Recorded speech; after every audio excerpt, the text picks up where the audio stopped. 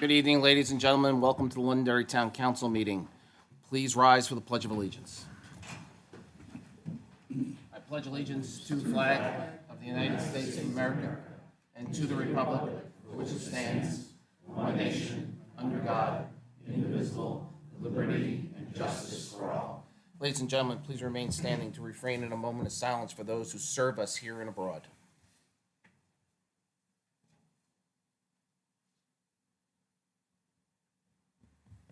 Thank you. So the first item I have on my agenda tonight is State Rep Doug Thomas is here to tell us about Twin State Clean Energy.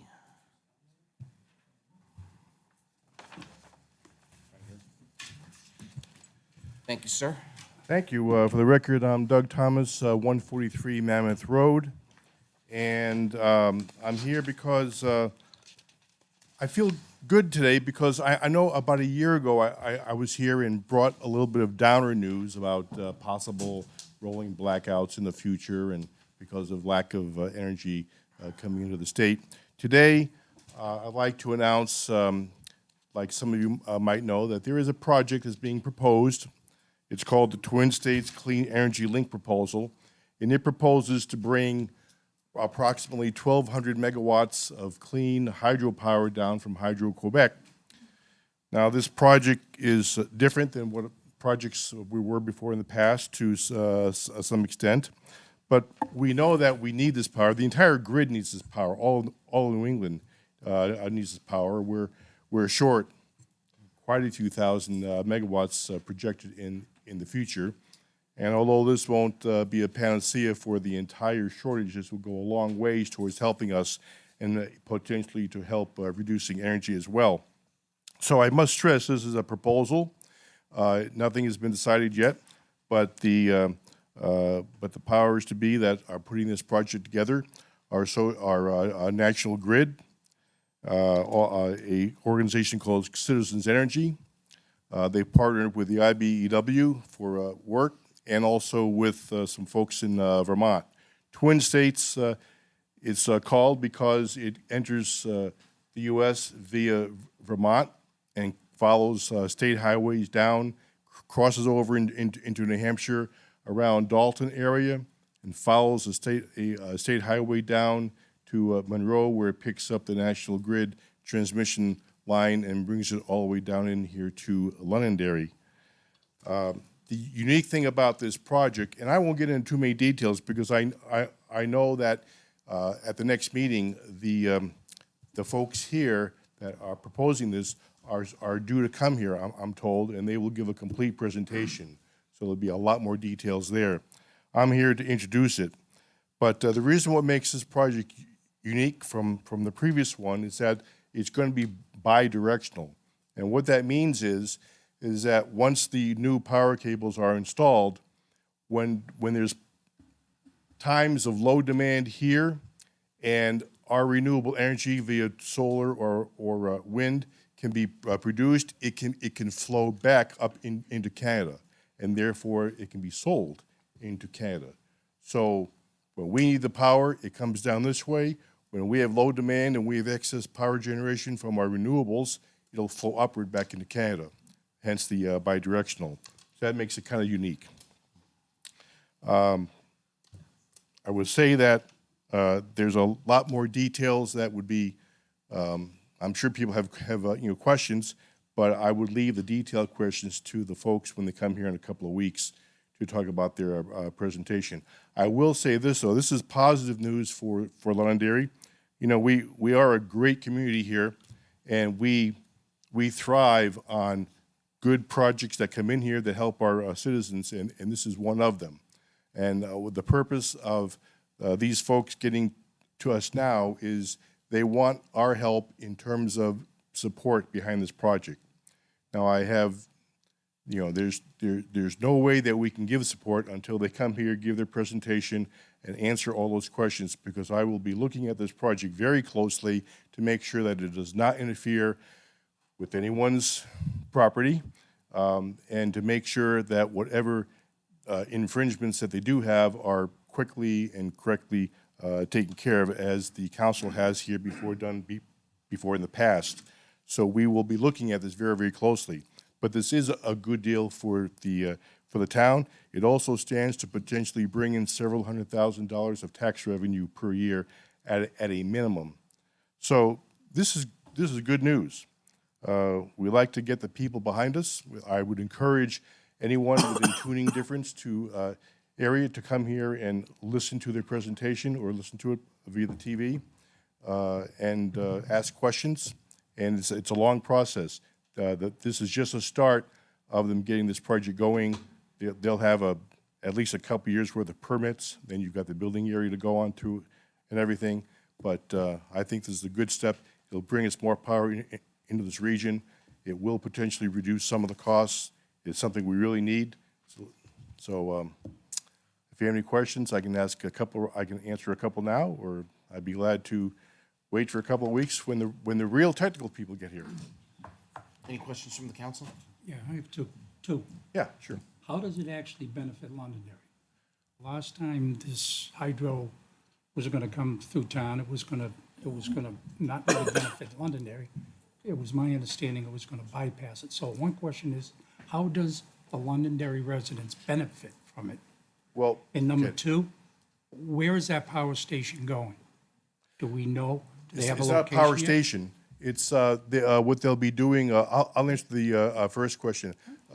Any extra power that comes into the region benefits the entire six-state region. So all of that. So the auction price of power is very, very complicated, but in the end, the cleaner, the cheaper the power that we can get goes into the mix of how they determine their rates. So whatever, the more power we can get down here, that's clean. In this case, clean hydro, cheaper than what they can produce from what they can produce at power plants. Then that's a benefit to everybody in the entire region, really. Now, directly Londonderry, they're going to have to replace all of the cabling on the towers. That will be, in my opinion, that will be a new improvement to cabling. That's a taxable assessment, so taxes can be assessed on that. And they project to build not a station, but a small, well, you call it a station. It's a small substation, much smaller than Scobie Pond. It's much small.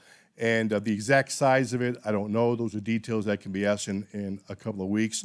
I do know that they're looking at some space that's wide space. They're not planning on any major tearing down, as far as I know. But that's a good question to ask them to make sure. I want to hold their feet to the fire to make sure that what they tell us, I want to know exactly where they want to put it, where it's not going to hurt anybody like that. The rest of it is primarily just replacing old cable with a new cable. They're up north. There might be some towers that may have to be put in to replace some old ones. I'm not aware of any in Londonderry that would be affected. Again, that's another question to ask them as well. So it's a good thing for everybody to get more power here because, as you know from last year, we are short. Thank you. Anyone else? Yes. Now, you had said this is a partnership with National Grid. Majority of people here in the state get their power from Eversource. Will Eversource be buying power then from National Grid with this project? That's a good question. That's a detail that I should reserve for them when they come here in a couple of weeks. All I know about that is that they have made arrangements with Eversource because Eversource does have most of the right-of-way. This will all be done on existing rights-of-way. Some of the rights-of-way, I believe, belong to Eversource, and they will have an agreement with them. By the way, this does not involve the power lines that are coming in from Scobie Field. These would involve the power lines that are coming over from Litchfield, and they converge near West Road and come down but they will be on the far side of where the other project took place several years ago. So, but that's all I know about that. All those details, that's a good question to ask them. Well, Doug, we'll be looking forward to to further information. Well, good. I This is have a one positive question. thing, and I have one question from the audience. Yes. Sure. So Lynn Wiles, 46 Barley Hill Road, Chairman of the Utilities Committee, and looking forward to working with Mr. Thomas on this project. Just to give you a little bit more information, I did talk to Sean Downey, who is representing the project earlier this week. I think it's going to be a wonderful project for Londonderry. Just to give you a little bit more detail on what Doug was saying, so it's going to be using existing right-of-ways. The National Grid right-of-way coming from Monroe, New Hampshire, down into Londonderry. They're planning on a substation. It's near the Westfield soccer roads. There's an intersection there with the Eversource grid as well, and that's where they're planning on the substation. I did invite Mr. Downey to one of the utility committee's meetings, and he's planning on coming probably in the July timeframe. We're kind of booked up for June right now, but I think it's an interesting project. I think it's great for New Hampshire as well as the region. So we're working on it, and I just want the council to know that. That's one of the first things we're doing as part of the new committee. Thank you. Thank you. Terrific, thank you. If I might add, thank you. We need that support. I was not aware of Mr. Downey. My contact point is Caitlin Monroe.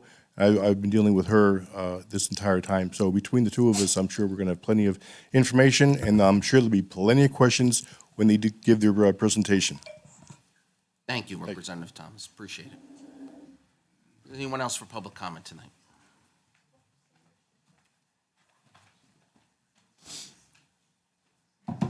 Hi, Tara Miles, 11 Lancaster Drive. My pronouns are she, her.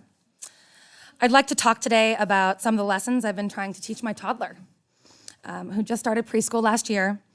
And that sort of began her journey as a good member of our community. Every morning that I drop my daughter off at preschool, after I've told her that I love her and to have a great day, I asked her to do one more thing. I say lead with kindness. Although she's 4 years old, I've explained it to her and she gets it.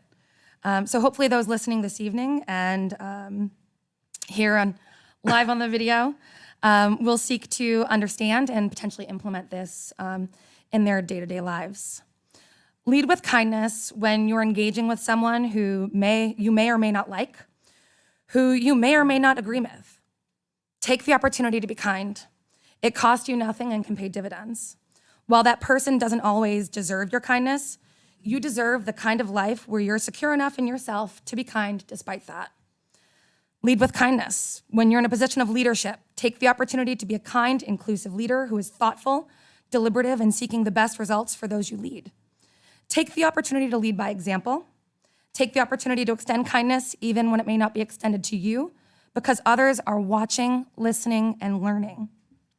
Whether you're on a council or a board, running a local community committee, or simply seen as a leader among your community, you have the opportunity to, by example, lead with kindness, grace, and a desire to improve our community, not divide, not to create problems, but to look to find solutions that will have a positive impact across our community. And this is supported by science. A 2020 study showed that kindness spreads in a community as more people see kindness in their day-to-day life. Leading with kindness in our lives inspires kindness in those around us. So why not lead with kindness? Now, I'm not naive.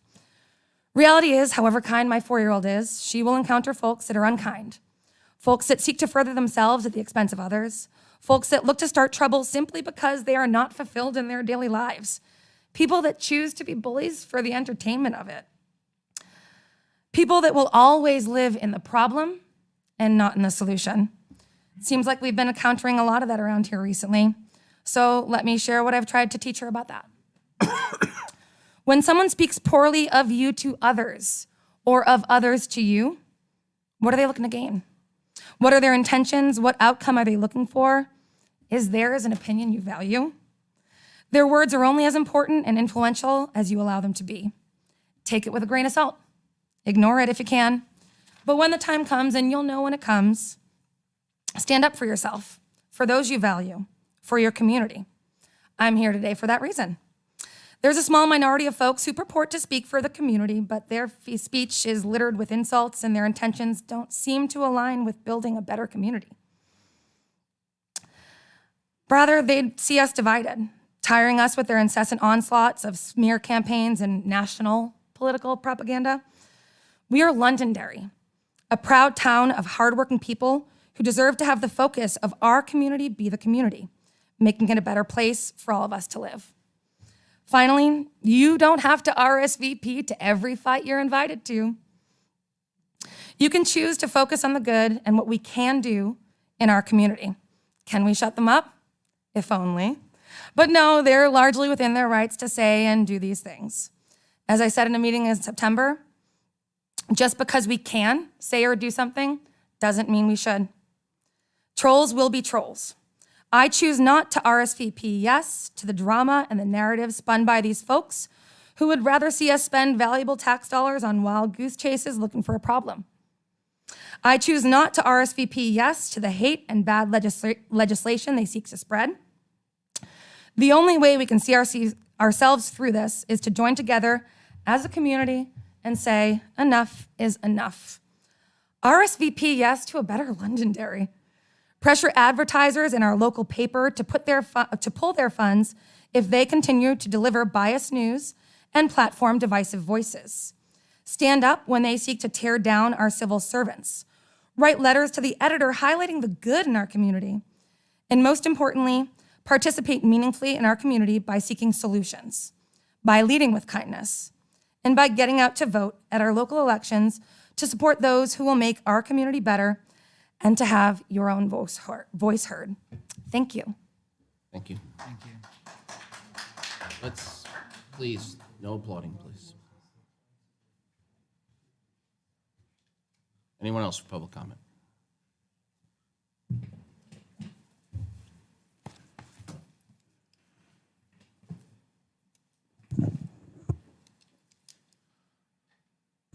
Name and address, please. My name is Laura Gandia, and I am the former associate planner for the town of Londonderry. And your address. 3 Chamberlain Drive, Litchfield, New Hampshire. Thank you. Again, my name is Laura Gandia. I'm the associate planner for the town of Londonderry. My interactions with the town over the past several months have been nothing but short of surreal. I worked for the town for over 7 years, where I provided the utmost customer service and worked really hard to ensure that the town's planning department was top-notch. My husband worked for the town as a police officer for over 25 years, giving his heart and soul to the community. The craziness with the town hit a different level on January 19th.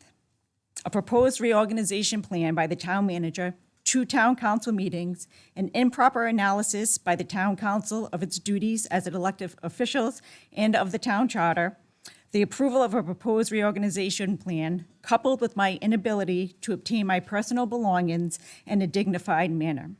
Then there was the stripping of my constitutional rights and freedoms and liberties with the serving of an unconstitutional no trespass order by the town manager prohibiting us from being at the town Can we please hall. stop right here? The no trespass order is not a town council matter. I understand. It is not a town council matter. It is a civil matter, and you're taking legal action against the town. This is not the appropriate venue for this. I will let you continue, but this is not the appropriate venue for this. You've already taken legal action against the town.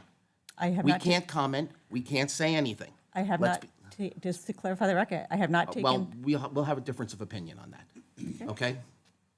Please be careful with your comments. I will. As the trespass order further noted, that I was prohibited from going from the town hall surrounding town property to include the police station and library. The trespass order further notice, if you are otherwise present, I will make a criminal trespass complaint to the Londonderry Police Department. So what is really happening here in Londonderry? The town manager submitted a proposed reorganization plan that was never a reorganization plan, but rather a retaliatory measure. I asked the town, how is this reorganization plan working? There is no town planner, no land use assistant, and no associate planner. The assistant town manager hired a land use assistant on Monday, and now as of Friday, she's no longer there. The town hired a consultant at over $100 per hour for a plan review, a service formerly provided by the associate planner at a significantly reduced cost. The department is operating in violation of RSA 91A, and there's also been a decrease in serviceness and responsiveness. Unconstitutional trespass orders were issued by the town manager in furtherance of his retaliatory and oppressive measures. There have been no trespass orders issued in over 20 years, if ever, by the town manager. So why now, with no legitimate reason? The ACLU viewed those trespass orders as extremely problematic and unconstitutional, contacted the town, and informed it of its intent to send out a public letter detailing the town's abuses, and the town immediately removed the trespass order, even though we tried to reasonably and peacefully remove those trespass orders for over 3 months. The town manager's actions are so reprehensible and should shock the conscience of every resident in this community. I now have, as you stated, Chairman Farrell, several pending litigation matters against the town to include direct dealings, wrongful termination, and retaliation, with additional, as you are correct, lawsuits coming. So I'm here to let you know that I am extremely disappointed and saddened by these events. I am further saddened to hear that when town officials are asked what is going on, they respond that only 10% of the story is told. This gives the impression that we did something wrong. To insinuate this is defamatory and it's slanderous. We did nothing wrong. So I ask you, why does the town allow the town manager to engage in this disgraceful and harmful behavior? Where is the accountability and oversight on the town manager's costly, dishonorable, and unconstitutional actions? What happened to me and to my husband is a travesty and an injustice. I will ensure that all of the egregious actions of the town are brought to light. Our light will shine through the town's darkness. Again, there is no applauding. There is no applauding. That goes for everybody, please. Very simply, the council will not be responding to anything. This is not a town council matter, and we do not answer anything around employee issues. One side of the story is being told, and I appreciate that, but we are not going to respond to anything. Anyone else for public comment? Name and address, please. Christopher Gandia, 3 Chamberlain Drive, Litchfield, New Hampshire. How does one see the sickness of a tree when it is rotting from the inside? We are here to peel back the bark and shed light onto the darkness that is within the town hall from our personal testimony of unjust persecution. As you may know, Laura and I were finally able to get the unlawful criminal trespass orders removed once we retained the assistance of the American Civil Liberties Union, after several requests to town manager Mel Goody were denied. ACU attorneys contacted the town's attorney in response to TM Mel Goody's egregious abuses. The ACLU warned that if this unlawful order was not rescinded, a public letter was about to be sent, outlining numerous details pertaining to violations of our civil rights. Amazingly, within hours of this communication to TM Mel Goody, the unlawful criminal trespass orders were withdrawn and our freedoms were restored. I was finally able to return the items to the library that had been outstanding for almost 100 days and pay my late fines due to the unlawful and reckless actions of TM Mel Goody. I would like to note that the library is incredibly patient and gracious, willing to waive the fines. However, upon receiving legal guidance, we paid them. That same day I returned the items to the library, I was also able to visit my Londonderry PD family of 25 plus years, without fear of the town manager filing a criminal trespass complaint against me. I was also relieved of the uncomfortableness that my LPD brothers and sisters may have been feeling due to the negative circumstances TM Mel Goody created. I would imagine that many in our community will now be asking, why would TM Mel Goody improperly use his position to violate our rights and suppress our liberties? Furthermore, why would the town council let TM Mel Goody act in a reckless manner without intervening as they personally witnessed our oppression? I guess it should be of no surprise when we saw the town council choose the dark path by approving TM Mel Goody's hasty and thoughtless reorganizational plan, even when light was shed on the self-evident retaliation he took. A true reorganizational plan would have included successive training and leadership measures to maintain professional positions and quality of service to the community. One only needs to ask, what is the current state of the planning department's personnel and workload operations? Will the town council finally see the light and take prudent actions, or will the community need to make further inquiries to council members, including difficult questions pertaining to possibilities of negligent retention? We will continue to peel back the bark and expose the rot that has entered the town hall so the truth may be revealed and healing may take place to restore what the citizens of Londonderry deserve. faith in both elected and appointed leadership positions. May God bless those who gave us tremendous support and even those who have persecuted us. To them, we offer our forgiveness as we continue efforts to seek accountability. Again, there is no applauding. There is no, all right, if you continue to applaud, we'll just clear the room. All right, stop. This is not a town council issue. There's active litigation, and we will not be responding to anything. Anyone else for public comment?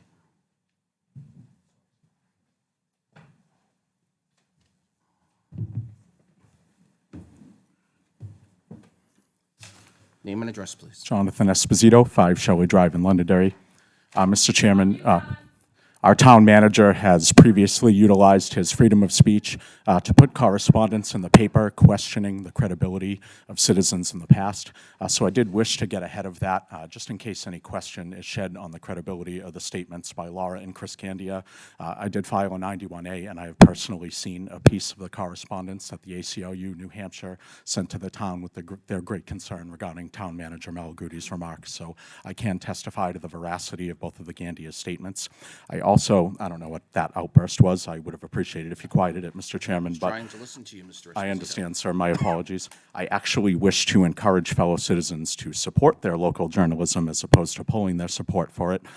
If, as a layman, you have the opportunity to interact with citizens of really any other communities around us, either those who have never been served by a local paper or those who have been served by one and no longer do, they're actually greatly concerned with those situations. They have less opportunity to bring redress to public light, and it seems like their governments operate with more impunity. So I just wish to make that public remark in response to the lady's remarks. Thank you very much. All right, so I didn't understand anything you said. Anyone else for public comment? Hey, ladies. Hello, Council Chair and Town Council members.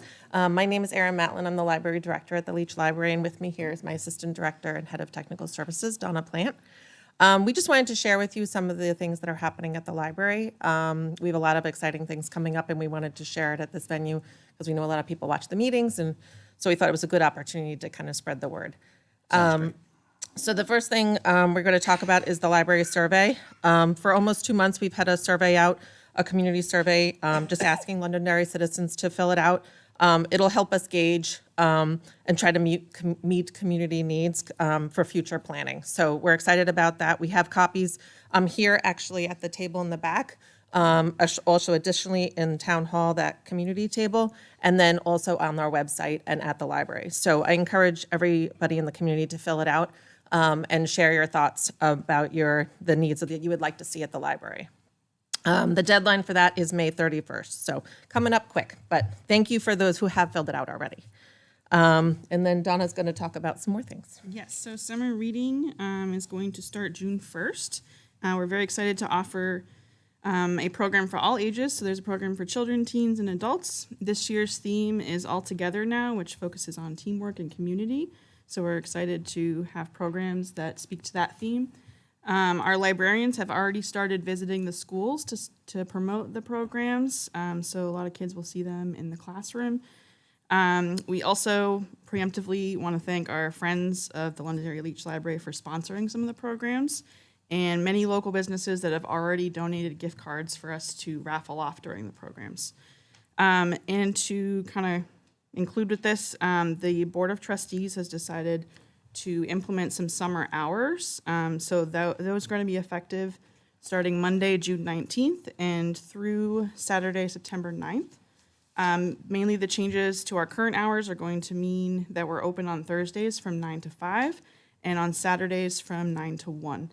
We're still going to be offering curbside service upon request, and this change will allow us to offer a successful summer reading program and also prevent any service interruptions over the summer. And then just in closing, we just want to remind everybody that the Board of Trustees, or the Library Board of Trustees, meets every month, except July and August, on the first Wednesday of the month at 7 p.m. They are open to the public, and everyone is welcome to come. The next meeting that we have is June 7th. And also, I just want to remind everyone, if you've not already come in and signed up and gotten a free library card, we encourage you to do so. If you haven't been lately, please come in, even if you have a library card, because there's a lot of new items for the collection, and some wonderful changes that we've made. So we encourage everybody to stop by. That's all. Thank you, ladies. Thank Very you. much appreciate you coming in.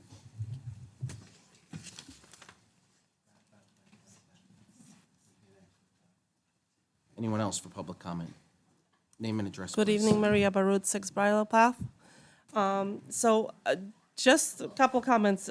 These meetings are for you and to conduct town business in a transparent manner. They're also a platform for town residents to voice their concerns and opinions. You may not always agree or like those opinions, and yet it's your job to listen.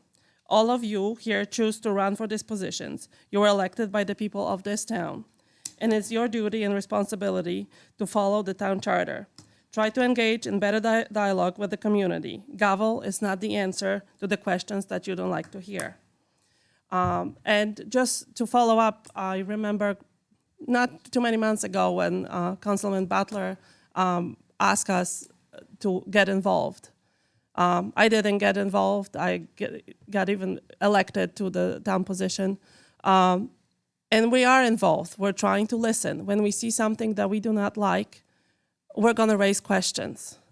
We ask questions. If questions are not being answered, our only way is to file 91A. I know you might not like it, but you trying to run the town in a transparent manner. So when we ask questions, please answer them. And I'm glad that the no trespass order was removed for Gandia family. Councilman Farrell saying that this is not your business to talk about it. I know that you're facing litigation, but it involves the town, it involves the residents, it costs the town. So it is a platform for them to speak about it. And just the last note to our speaker previously, Tara Miles, who spoke about kindness, and she presented a very vile statement against another resident. So I'm just hoping nobody's going to vote for her next time. Thank you. Anyone else for public comment? Christine Perez, 5 Wesley Drive. I also would like to say how happy I am that the no trespass orders were lifted. I find it very, very sad that the ACLU had to be involved, and that we as a town and our town manager as a lawyer, we reached that point. After the last town council meeting, I had some questions. I know you will probably not answer these questions, but it's worth a try. The pumping station proposal. It's my understanding you accepted the $4 million grant. Is that correct? Yes. Does that mean that this is 100% go? Does that mean that putting a... Accepted the grant. We're moving forward with the project, yes. Okay. It's my understanding, but there's still an additional $7.8 million needed for the project. Is that correct? I don't believe that's the number, is it? The The project, total of 7.8 correct, million. 7.75 So there's million, another Mr. Chairman. 3.7, I'm sorry, I wrote 3.8 and I've said that, $3.8 million, correct? Okay. My concern is that I do not understand how a multi-million-dollar development could be passed and partially completed without knowing exactly where the waste disposal would be handled and how much there was. I had a lengthy conversation with Kelly Karen. She explained that they knew all along that this would need to be addressed at some point. I don't know who they are, okay? I don't quite understand how construction even started at Woodmont with all this being resolved, and now you say you're in negotiations with Woodmont for the additional monies? Is this an additional construction project at Woodmont that needs this pumping station, or is it the original one? This project went on for 15 years before it went in, but yet nobody cared about what was going to happen to the waste from it. My concern is, How do we authorize, as a town, major construction, without knowing where the wastewater is going and how much wastewater would be involved would be produced? I built a home in 2006. I certainly didn't wait until it was partially constructed or half done to figure out where my septic system was going to be. Something seems off about this whole scenario. Something seems very off about this whole scenario. Something just does not seem right about this whole deal. I would really like someone to be able to explain to the town why negotiations are being made. I also want to add that I had a long conversation in the grocery store with the people involved with the Gilchrist LLC, who now, miraculously, even though they had to dig test pits originally, miraculously now are not going to have septic system because miraculously their project is going to be all on sewer.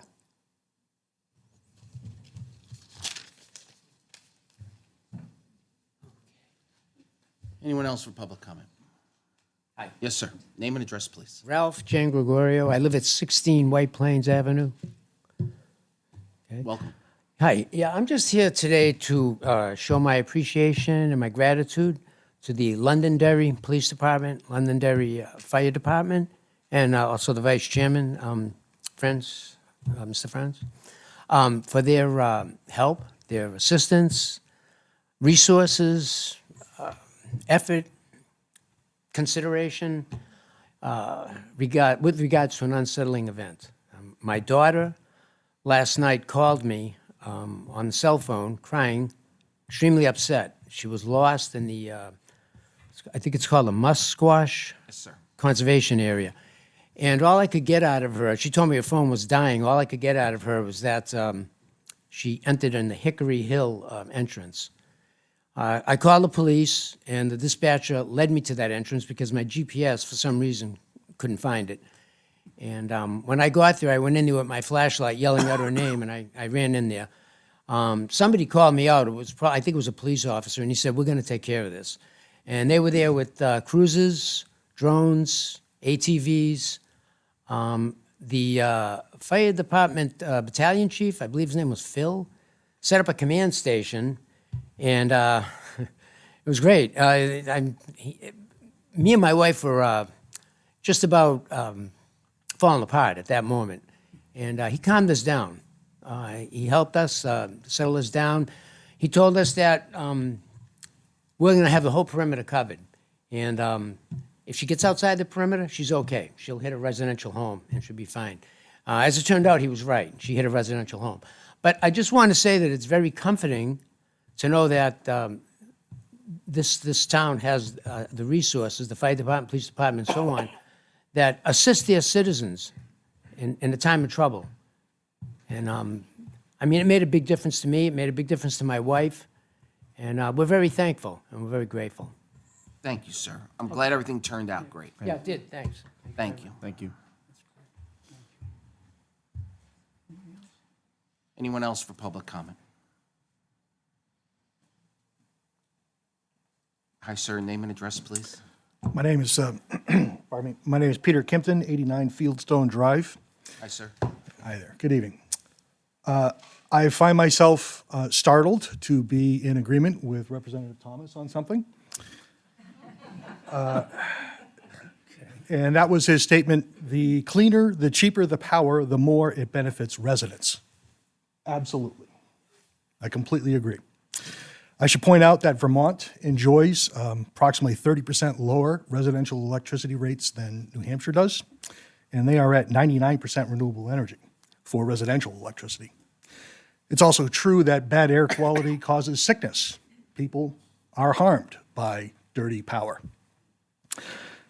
However, 4 days ago, Representative Thomas was saying solar and wind may be popular now, but I believe they will prove to be too costly and unreliable in the near future. His social media pages also featured debunked memes about fake news on clean energy and climate change. So when I hear Representative Thomas say that he's going to be looking very closely at the project, that's a point of concern for me. I urge the council to practice healthy scrutiny and skepticism as you consider what is in the best interest of the residents of Londonderry.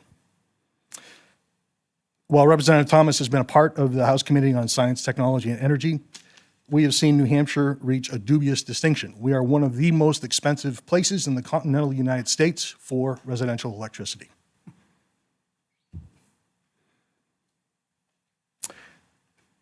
When I heard him mention today, he sees rights of way belonging to Eversource as a potential revenue source for them, with the energy from this project coming from a different company.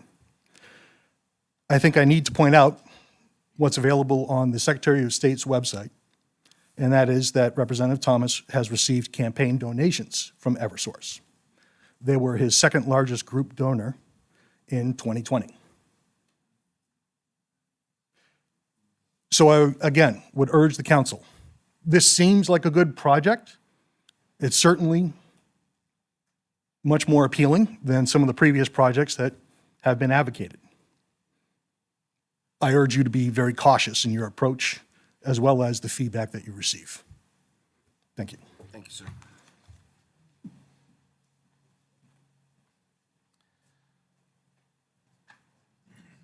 May I approach the bench? You want to rebut his comments? Speak to them? Yes? We're not going to have a back and forth. No? Just clarify. Kindness. Yes. Yes, I appreciate the comments by my one and only troll on my social media site.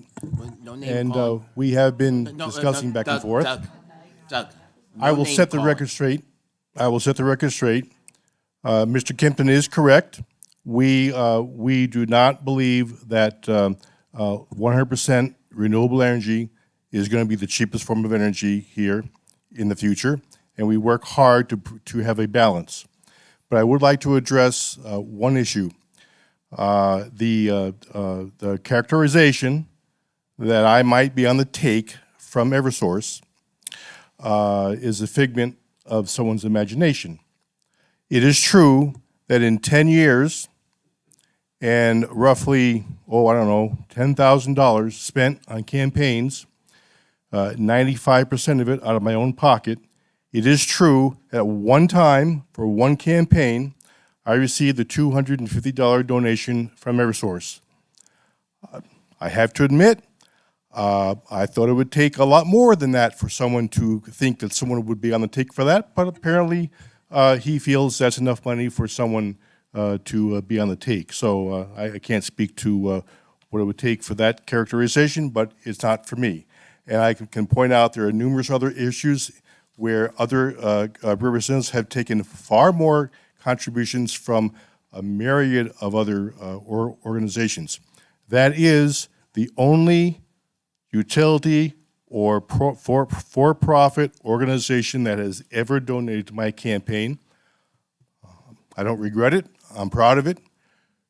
No one can buy me for $250 for 10 years. Let's leave it there. I'll just leave it at that, okay? Thank you.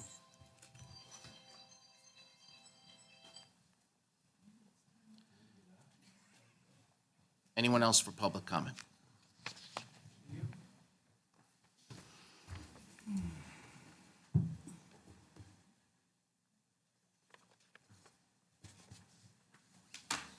Yes, sir.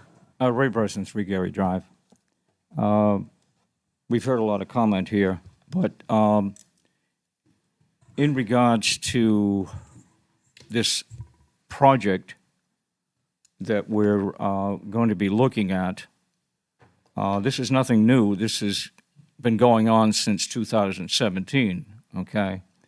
I'm not saying it's good or I'm not saying it's bad, but we have to realize who's really behind it, okay? Now, we may think it's National Grid and we may think it's Eversource, but it's a little bigger than that. And so, we really have to look at the big picture. When people say that solar and wind is not the way to go, or we have to look at all of this, okay? So I'm not going to get into great detail here, but we have to be very careful. Any of this do we look at, we got to do our homework, and I think we are working on that now. So I think it's a great idea that they're coming in and they're going to be presenting. That's great. We got to listen to what they have to say. We may even have some that want to think about Northern Pass again, too. Maybe we'll look at that, too. We have to look at all of this. And keep in mind that a lot of it is passing through here right now. A lot of that is going to pass through here right now to be put on the grid. And it's going to be a potential benefit to Londonderry, possibly. But we have to look at it carefully. Thank you for allowing me to speak. Thank you. Anyone else for public comment? Yes?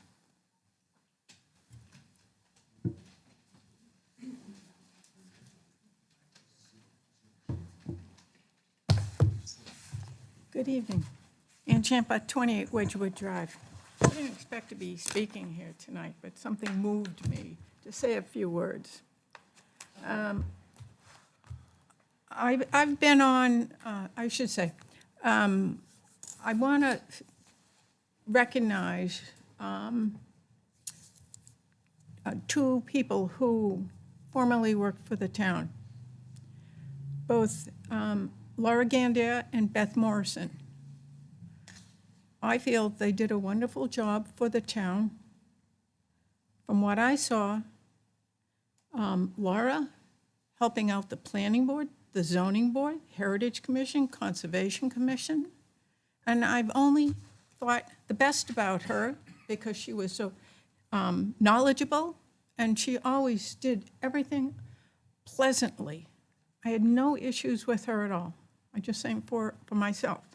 And also, when she was an assistant planner. And also, I also want to thank Beth Morrison. She was wonderful as backup for the people in the planning department as the land use assistant. Again, nothing other than a wonderful job. I wanted to express this to you, how I feel, because I couldn't in another situation. And I want to give her the thanks, and also Beth Morrison publicly for a job well done, from my point of view. Thank you very much. Thank you.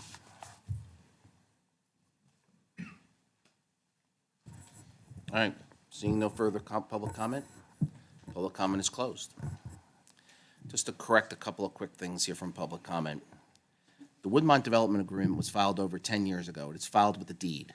If you want to know what it says, it's many pages and took many, many people to develop it. Please feel free to go and read it. With regards to things happening miraculously, the only thing that happens miraculously is in the Bible, right? Miraculous things don't happen. Things happen through hard work and through process and following all the rules and all the laws and all the legal channels we're supposed to follow. So things don't just happen miraculously. They happen through a process.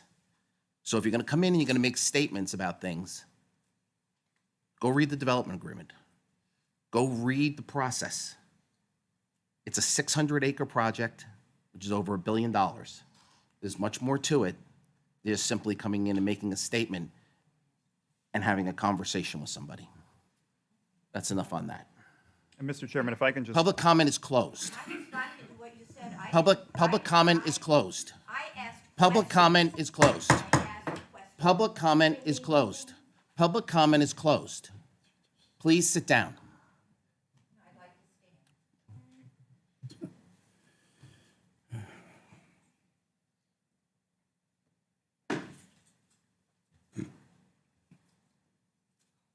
All All right, before I move on to the next item. Yeah, Mr. Chairman, I have a few things I'd like to talk about before we go any further. It's obvious, I've had some comments in the last couple of meetings. I also understand that there was a letter that was sent by, I believe, Mr. Esposito, that was to the letters of the editor, I believe, at the Londonderry Times, which is fine. There was some disparaging remarks, and I'm going to make some clarification to that. What some people don't see, the emails that come back to us. I know we're elected officials, I can take some heat, but when someone starts to attack you, there comes a limit on when you have to stop. And I've been very quiet about this. And I want to read you so people's eyes open up to what we're experiencing, or I'm experiencing. I won't talk about anyone else. But an email to me from Mr. Esposito. Now, once again, Mr. Esposito and everyone in this room has a right to 91A. That's a right. And I respect that. But then again, where does it go askew? When does it become abusive? All right? Here's an email after one of my comments from Mr. Esposito, who's in the crowd tonight. It says, and this had to do with corruption and other things that people have accused the board and members of. This is what we hear. And if you think that I'm going to sit, I can take a lot of stuff, don't get me wrong, guys. I have people that I disagree with, and we're friends. I don't have a problem with that. But when you constantly get badgered, and I haven't said anything, or other councils haven't said anything, there comes a time when you just have to let it up. Quote unquote, don't you worry your little head about it, sir. There is plenty of it, and while we can play word games and hide behind decorum at the town hall meetings, the devil is in the details. Why do you think I have appointed myself as citizen auditor? So Mr. Esposito has appointed himself citizen's auditor. So let everyone understand that. So I guess he's representing the citizens of Londonderry. He's not representing me, but that's okay. Why do you think I'm asking so many questions about who authorized past expenses? It is not enough to avoid overt bad faith actions. As someone who used to advise clinicians on the ethicity of their decisions, let me tell you, one must avoid even the appearance thereunto of poor ethical conduct, something that most recent sessions of the council has not done, which that can be debated. This pressure on the council over bad faith decisions isn't going away. Okay.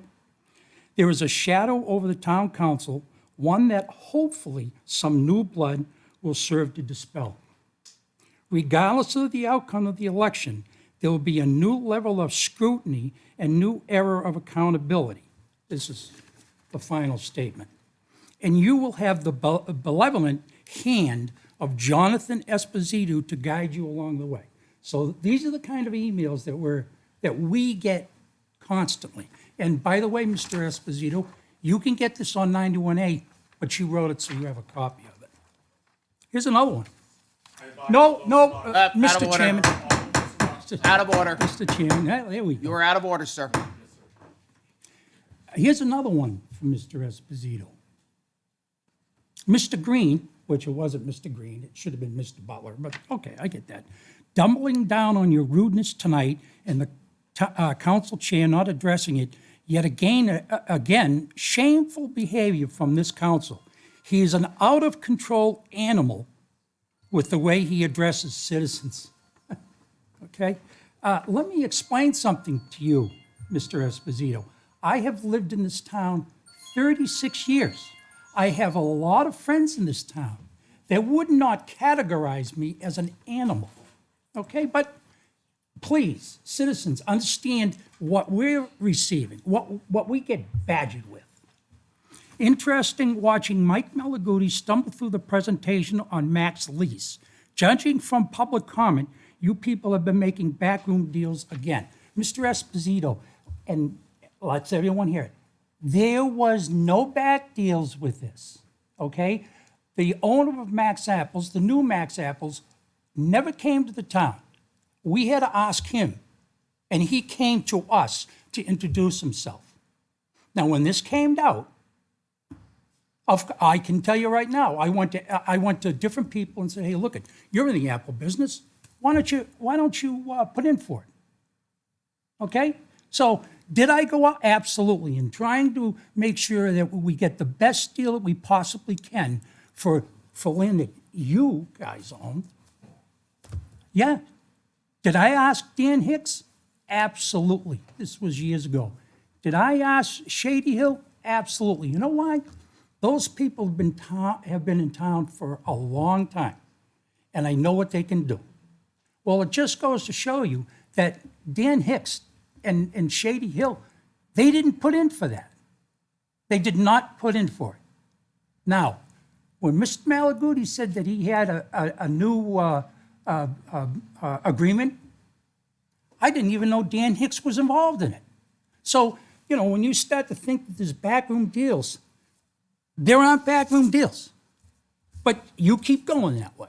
Right? You keep going that way. Here's another one.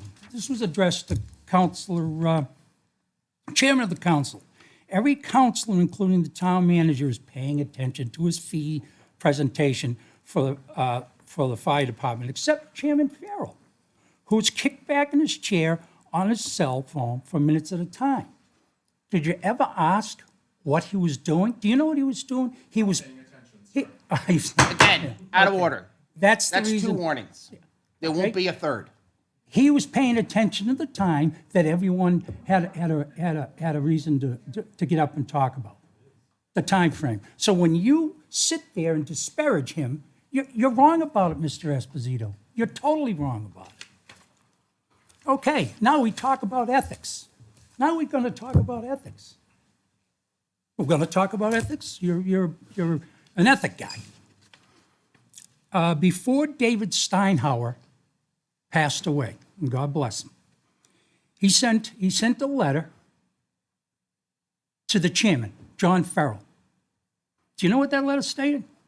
I'm going to tell you what it states, and think about it.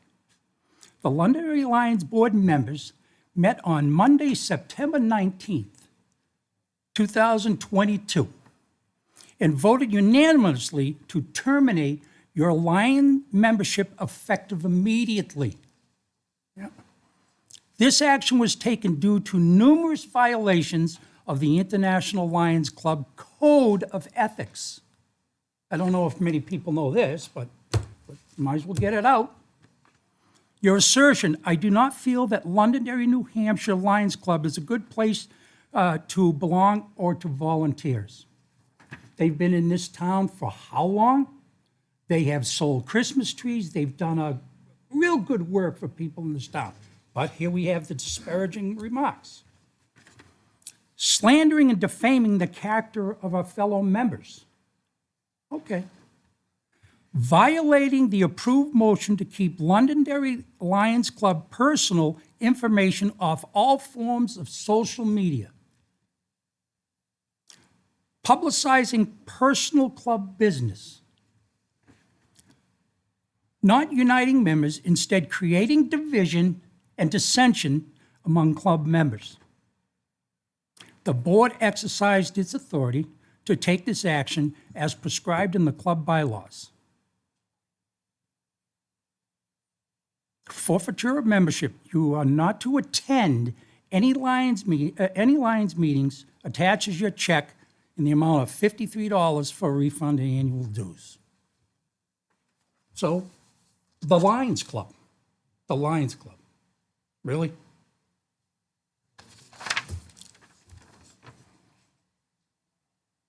Now, for the people that think I'm a vicious animal, which of course was supported by the editor of the Londonderry Times, because they put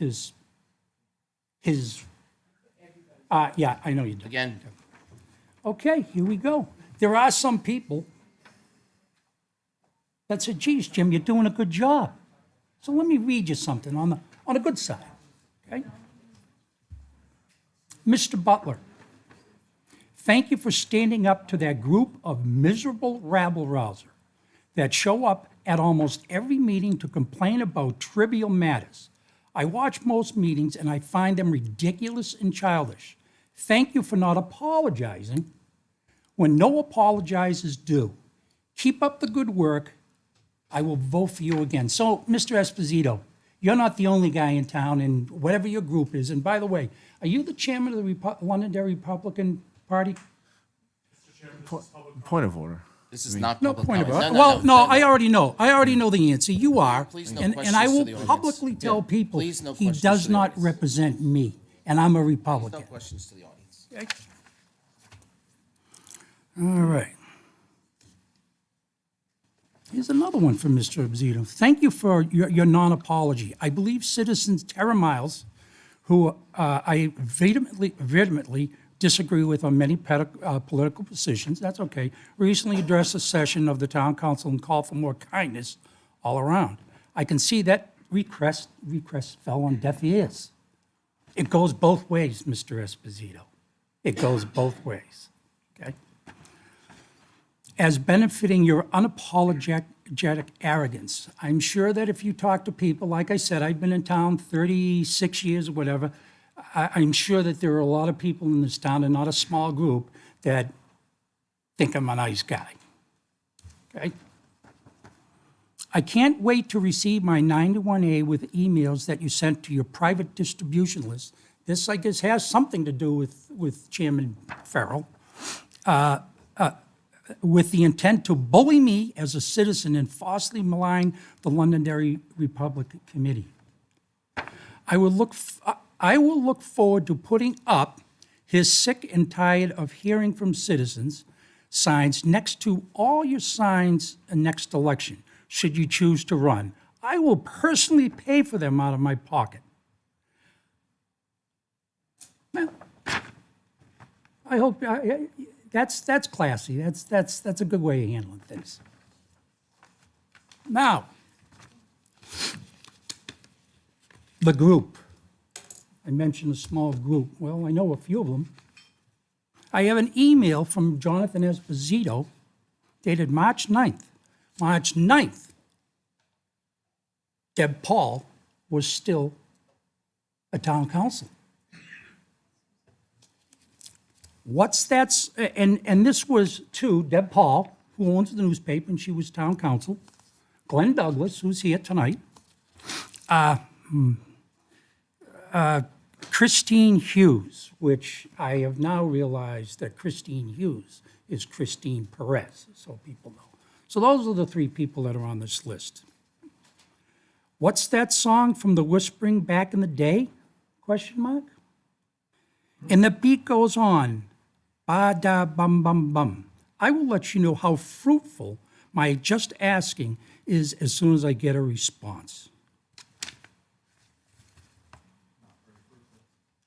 No. Now, we've had a riff. Deb Paul, she was a town councilor. I have letters here, if anyone wants to read them, from a reporter that she hired. You should read it. Okay? So when I get a little aggravated, I think I have every right to. I will sit down and talk to anyone in this room. But to malign, to sit there and you're an agitator, and to sit there and disparage me is absolutely wrong. And now, if you continue to do it, which is your right, I will continue to let people, the town of Londonderry, not a small group, know what's going on. If you wanted to see the books, hey, the treasurer position's coming up. Why don't you get there? Why don't you run for that? Then you'll get everything you need. I think some of the 91As, quite frankly. Is that a question for Again, there are no questions to the. The 91As, I always ask myself, and everyone has every right, including my wife, to 91As. You absolutely do. But every time I see 91A, I come in, I say, where's the connection? What's this about? In my opinion, some of your 91As is just frivolous. I can't make heads or tails of it. You have every right, no problem. But you also, and the citizens of Londonderry have to understand that that's at a cost. He's concerned, I guess I had an email and I asked Mike about how much does it cost on our emails for 91A with Mr. Esposito. Last time I checked, and I don't know if it's been brought up to date, over $10,000, $11,000. And I think it's way above that now. Wow, those $10,000 and $11,000 could get us another, No point of order. could get us another, Point of order is denied. another position at the town hall, the police department, the fire department. So I encourage people, if you want the 91A, there are no secrets here. If you think there's a secret, do me a favor. Why don't you write the Attorney General's office and the FBI and tell them we have a problem here and let them come in? Why don't you do that, Mr.? You know, you don't have the guts to do it, because you know why? Jim. Okay, all right. All right, Ron, believe me, you're new. Listen, So anyway, okay, you want me? Every okay, counselor has- Hey, you have I'll the tell you right. what. Give You him want me his to time. apologize for that statement? I will apologize. How's that? Not bad, huh? So anyway, Mr. Chairman, I've said what I needed to say. And unfortunately, the people of Londonderry need to know the other side. And if this is what I have to do, that's what I will do before we start business. Thank you, sir. Okay, so I'm going to move on to new business. Okay? All right. New business, State of Londonderry DPW presentation, Dave Wally, Public Works Director. Why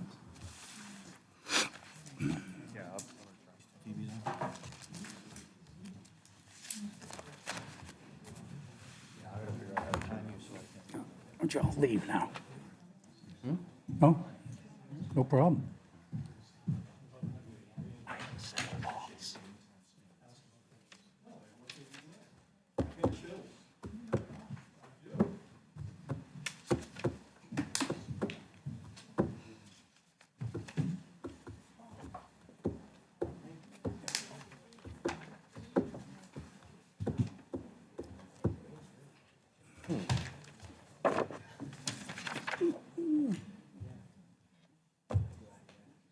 It's all yours, Dave. Yeah, I'm just You all right, Dave? technology to catch up here. And just hit, there we go. Okay. Was that one going to work? What's that? That's a new one. Oh, so we can, Yeah, they switched them. technology.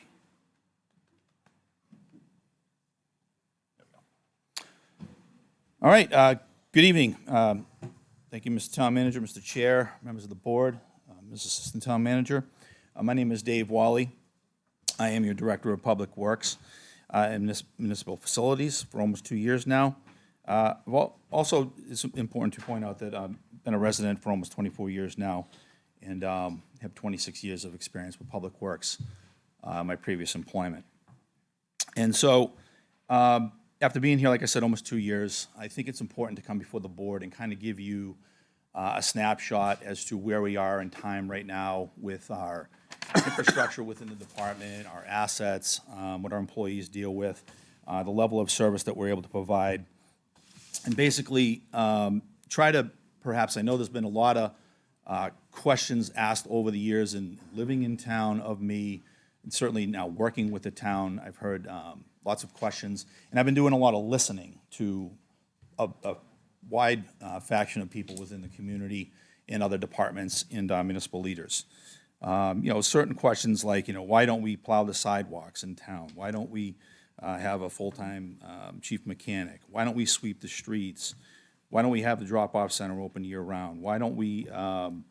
Why does it take so long to plow our streets in town? So what I'm hoping to do tonight is just kind of give you a glimpse inside of some of the Just things. stop for a second. Sure.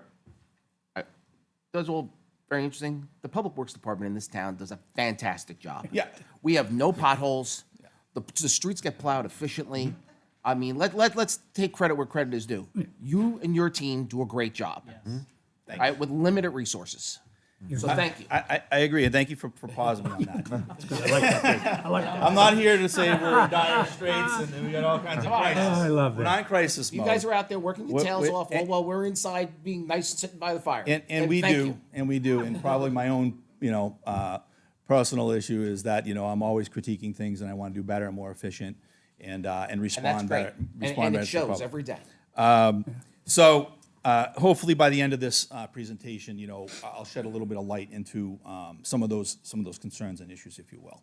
And to your point, the staff, there's 14 of us down here, and they work tremendously hard to get things accomplished in the best means possible. So just some things that we already all know. The town of Londonderry has been heavily invested in modernizing their facilities in the past 20-plus years. That's kudos to everybody in the room, right, wrong, or indifferent, that we all have our opinions and whatnot. The town of Londonderry has some phenomenal facilities. We have brand new, I say brand new, but in my mind, anything less than 20 years is pretty impressive. So it's been quite a run for the town of Londonderry. New North Side Fire Station, a rebuilt, remodeled, if you will, enhanced, new, centralized, very modern facility, impressive facility. The South Fire Station was built some time ago. I remember what it was like when it was over by the common man there, or whatever.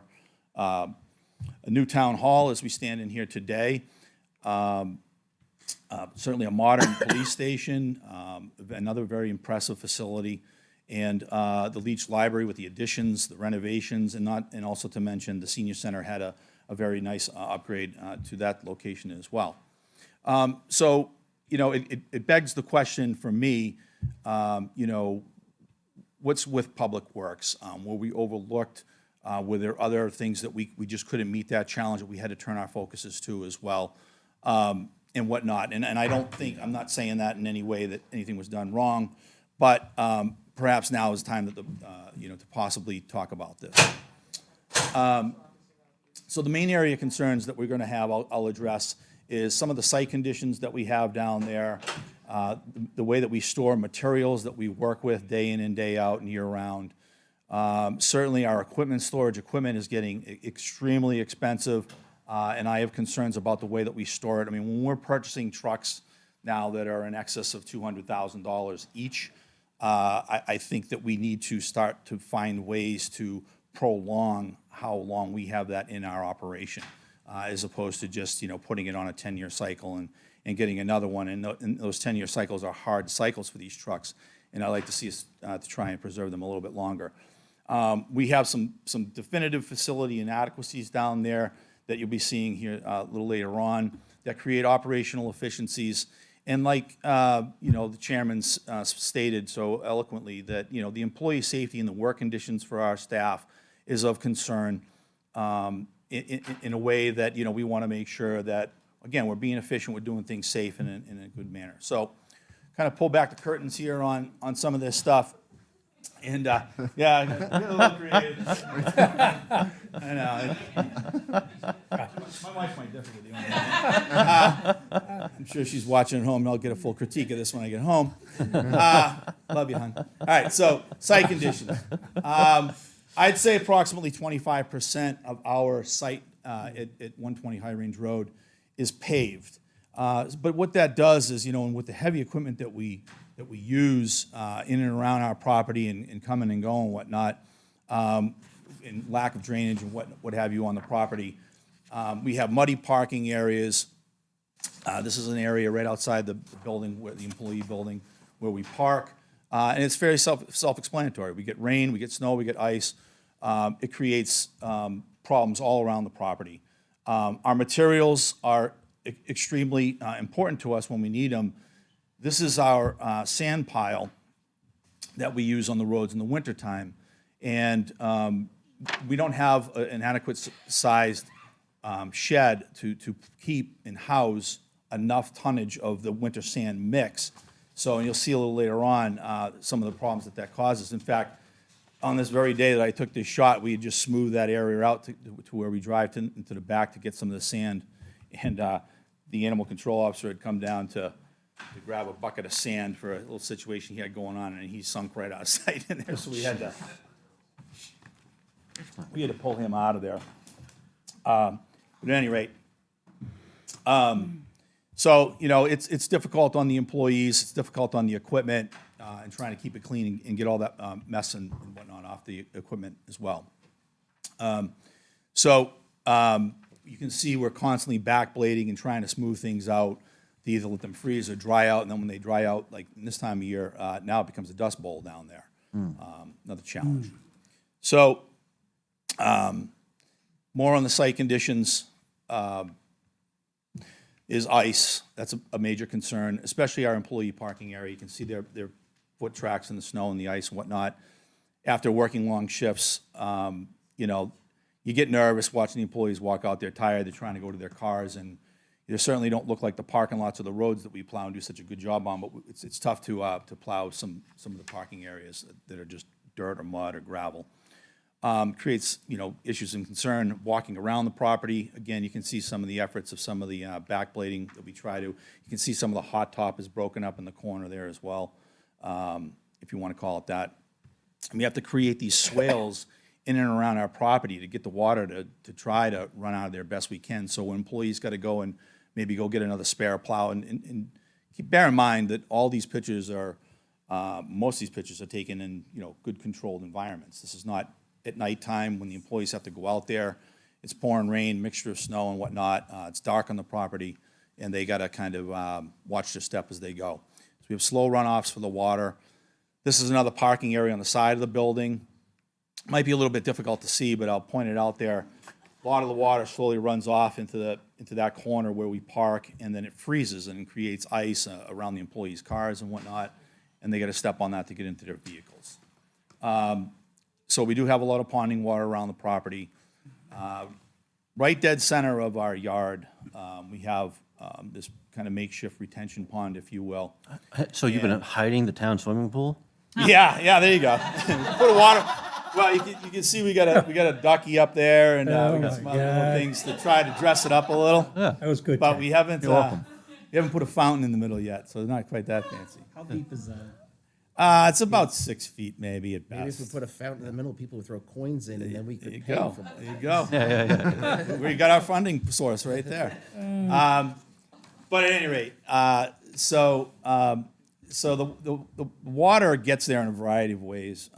When we wash our vehicles inside that building, that we'll discuss a little bit further down the line, we actually, the building's floor was contoured because the water is not allowed to go into a basin without an oil separator and whatnot outside the building. So they took out the drainage inside the building and just let it sheet flow out of the building and then across the parking lot into that pond, which then creates ice where the guy's got to walk in and out of that door or into the side door. It then, when it gets too full, it exits that point and runs down along the side of the property down to the back where a lot of the mechanics and some of the other equipment is stored. So you can see my concerns about that.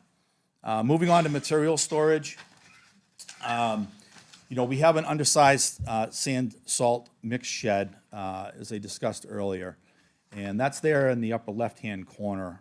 You know, it's a shed that was built in 1981. Best I could find out was estimated about $8,000. So I think we've gotten our lifespan and our penny's worth out of that building. It stores about 250 tons of salt sand mix, and we use about 2,500 tons. So in a little while, you'll see the process we do to make that mix of sand and salt. And when you're doing that on the fly, you know, in your operation, and you're trying to go through that mud path to get back, and the material's all under snow and all the rain and everything, precipitation from all winter, and you're trying to blend that and then put it in a truck. It's better if you have all that done, you know, prior to the season and stored away dry, so that when you're using it, you know, it's better for the conditions out there and better on the equipment. The building in the back you see was then their, I guess you'd call their first salt building, if you will, built in '86 for about $50,000, and it has a 1,200 ton capacity. You can almost see that there's almost like a back-to-back building there. They did expand that building at some point in time, but I wasn't unable to ascertain when that happened. But it does hold 1,200 tons of salt in that building. But they're small, and they're tight, they're sized for equipment probably perhaps of yesteryear. This is our more new salt building, if you will. It's built in 2008 for $225,000, and that holds 1,500 tons of salt. So between the two salt buildings, we do have 2,700 tons of salt on hand, but again, they're in different buildings on different angles around that pond. And you can see that that presents some challenges for when we have deliveries and whatnot. We stack it as high as we possibly can. So I'm getting indications. Yeah, you if got you a need couple of questions. Dave, real quick question, because some people may not know. Why do we need salt sheds? Why don't we just leave it exposed? Well, a couple reasons for that. One, it'll make the material just as bad as the salt sand mix that we're using, but two, it's also a requirement of state law too. It has to be covered. Yeah. Thank you. That's a Water Protection Act type thing. Thank you. Yep. Do we ever get replenished mid-year, or I'm sorry, mid-winter season with On salt? It's a constant flow. Okay. Yeah, we like to try to, if we go out and we use, 300, 400, 600 tons of salt, we'll call the vendor and get an order in and get them going, because it'll trickle in. Okay, so I'm assuming that deliveries cost money as well. It's a annual state bid contract that we piggyback on with the state, and the cost is set, so it's a per ton delivery price. That includes delivery. Thank you. Yeah. Thank you. Yeah. So again, like I said, between the two buildings, we have about 2,700 tons. We do use 3,600 tons, so like I said, we do like to keep that replenished. There was a time, probably 20 years ago, where there was a salt shortage in the state, and we were all scrambling to try and get salt, but we're pretty fortunate where we have the two buildings, and we can almost store all of the salt that we need to get through a season. And then more importantly, too, all our construction material is uncovered. This was kind of my opening picture there, and you can see that, our gravels, again, our straight sand and whatnot is not covered, and so when you need it, you need to use that, and sometimes it'll delay our projects a little bit if, your gravel bin is all completely soaked. So sometimes if we know we got a big project coming out, we may even wait and then have it brought in later. And then speaking of potholes, Chairman, we do have a cold patch bin there. As you can see, it's fairly inadequate. It's not really constructed properly per se. They've made use. The cover to keep the water, it's important to keep the water out of that material, so when you go to use it, it's still pliable and you can compact it for the temporary measures. But, they got creative and they needed a roof on it, so they must have had an old dump body kicking around somewhere, and they took that off the truck and put it on top and then cut it so that they could get the loader bucket in there to scoop it out. Now the other types of materials that we store, we have a variety of outbuildings, I call them, but storage structures, if you will. There's 9 of them on the property that we utilize, and they're mostly in the forms of trailers, sheds, old buildings that came from, I've heard stories of this was behind the old fire station, this was at the police department. At least in my time here, we moved the shed from right out here in front of Town Hall that was utilized previously by the maintenance crew at the library, and we moved that to the DPW and made use of it. And you'll see why in a moment. But old trailer bodies, and we store things in, on, under, all around them, in every way, shape, or form to try and keep things so that they're out of the elements that we're dealing with. And so what you see is you end up with, at the back of this trailer, which you can see is not very weather tight, there's a lot of water gets in there and it gets moldy and whatnot. But there's our air compressor, and then in front of that is the roller. So if you need one or the other, you may have to move things around. This trailer right here actually was in the Town Hall parking lot when I arrived here. There's very minimal storage within this building itself, but there's a lot of things that are seasonal and are needed. You see the Memorial Day flags, 4th of July flags, if you will. A lot of the PPE equipment is in there from when we did the elections, the plexiglass and whatnot. A lot of the things for the cemeteries are in there. veteran markers, the gear, if you will, for when we dig cremation graves and whatnot, and a variety of other things, some tables for town hall and other functions and whatnot that are all stored in that building. The flags for, vote here and the stands and the bases and whatnot. We actually pulled some stuff out of there so we could at least kind of get an idea of what's in it. And we rent that at, $65 a month because we didn't have the space here at town hall. I at least had it moved over to the DPW, freed up a parking space here because parking's always a challenge at town hall. And you got to have that some place that's really dry and clean, and that particular Connex was brand new, so it's doing the job. You probably notice on top of that trailer is the stairs that we store for the Old Homes Day that we hook on the trailer for dignitaries and whatnot to get up on when we're doing the parade. This other trailer is where we had a bunch of sand barrels you can see there, other traffic control devices and what have you. And, some of these trailers and whatnot are were to meet the grades and whatnot. They're kind of installed in a fashion that's of concern and probably should be addressed in the not-so-distant future. So the trailer is overhanging Yeah, so the second photo from the top left there, those two trailers, that's the back end of them. They're up on, some cement piers and they're overhanging like a drop yeah, off. it's a drop off, a slope, and it's to keep them level for a lot of the equipment that's inside it, for obvious reasons, so. Okay. All right? Thank you. Yeah. And like I said, some of these, they're old, so they're not exactly weather tight anymore. They're not ventilated very well, somewhat unstable.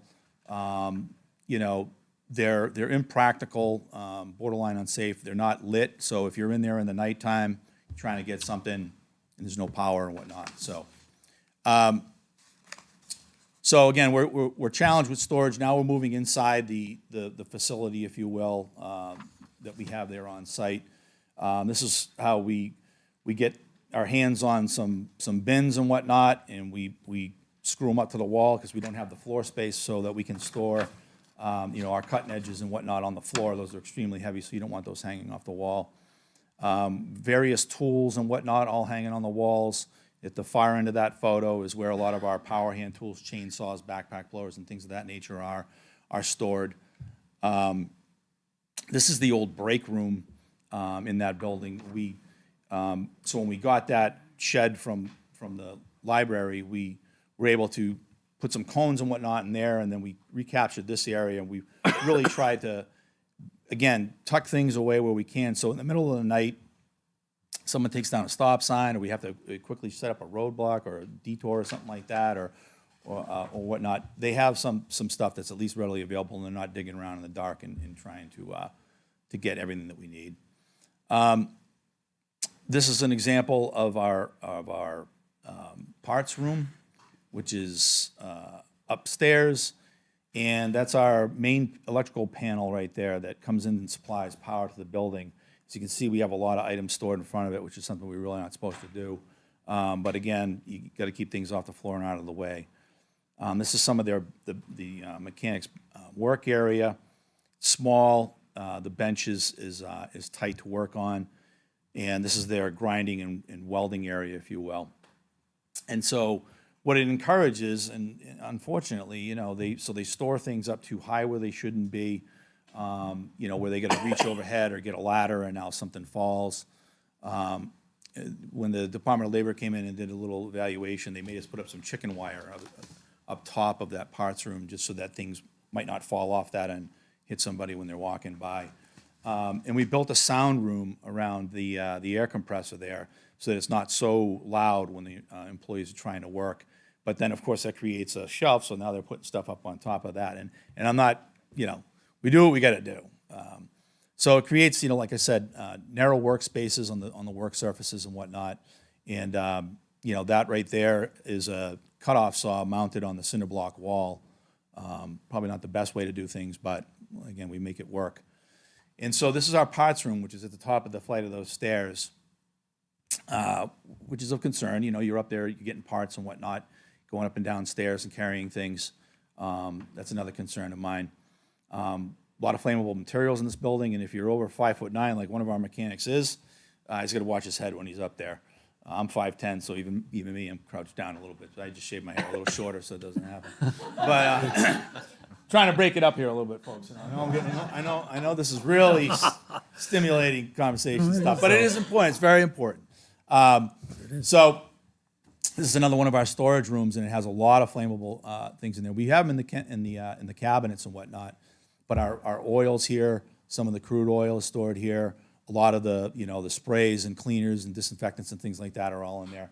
And I just I'm going to reiterate a bunch of times here. There's no sprinkler or fire system. There's no ventilation system in there. So when people are welding, cutting, torching, we all need to make sure that we're doing that in the safest way possible because, the buildings, again, it's not sprinklered. Now we'll get into our equipment. That's stored outside. The lion's share of it, I would say, is stored outside year round. It's in the sun, the rain, snow and ice. Again, it's parked in that mud, and dust bowls and whatnot. Critters and rodents get in there when they're trying to find warmth. And so, all this equipment is exposed to that year round. I just did a quick analysis of the equipment that's sitting there. In fact, you see the white pickup truck. That's actually the things you don't think about, but that's the recreationist truck that they use when they're cutting grass and whatnot, and they need a place to store it in the wintertime, and they bring it down to our yard, and that's where it sits. And the value of that equipment that's sitting there is about $600,000. All of our 1-tons stay outside year-round as well. Those are our workhorses of our department. Those go out on the road pretty much every day, year-round. Whether we're plowing with them, hauling material, going out doing roadside things, it's the things that the crews use to go to their job sites. And those have a value of about $260,000. A couple of our other large trucks, we don't have enough room under the canopy that we park some of the larger trucks outside under. So a couple of them do end up staying outdoors regardless. And those two have an estimation of $380,000 in value. On the back side of the building, you'll see the old famous van there that we utilize on occasion. And by my predecessor especially, Steve Cotton, that was his mobile office, if you will. And so, there it sits with our catch basin cleaning truck. And those two things have a value of $235,000. So I'll just show you real quickly some more of the elements. Even though these trucks are underneath the hangovers, they're still susceptible to, you can see the sign there, snow, falling ice, rain, whatnot. And there it was, it slid off when I took the photo. So, and then we have another lean-to pole barn, if you will, which is on the end of that salt sand shed, where we have a variety of things under there, the crack sealing machine, chippers, air compressors and whatnot, but they're all still somewhat exposed to the elements of the weather. And this was just a quick video to show, the amount of rain that pours off of it. And then, we're battling it on the property because we don't have drainage down there. So we got to deal with that type of runoff. Moving on to just the garage, and I've already touched base with it. So I know it's been a long evening so far, so I'll try and move it along here. But we don't have a room for a crimping machine. So when we blow a hydraulic line, we have a variety of lengths of hoses that we just buy pre-made. We just simply don't have the room for a crimping machine down there. And that's unfortunate because, if you have a 15-foot main line that blows on a truck and you got to section it together with 3 different parts, you're also having 3 imperfections in that line. And you're not likely to go back and, take it out and get one made appropriately. So, but we do the best we can with what we have. So we have, again, a variety of hoses laying around in that upstairs parts room. And they're very tight work quarters. Right here you can see, we kind of put the truck to the side so that if somebody has to kind of pull in and do something, we can move it over. But that's an employee right there working in tight quarters against the wall. There's another employee laying on the floor trying to get underneath that truck. And then, if they're doing that and you have an employee inside the building on the far end of it, he's washing.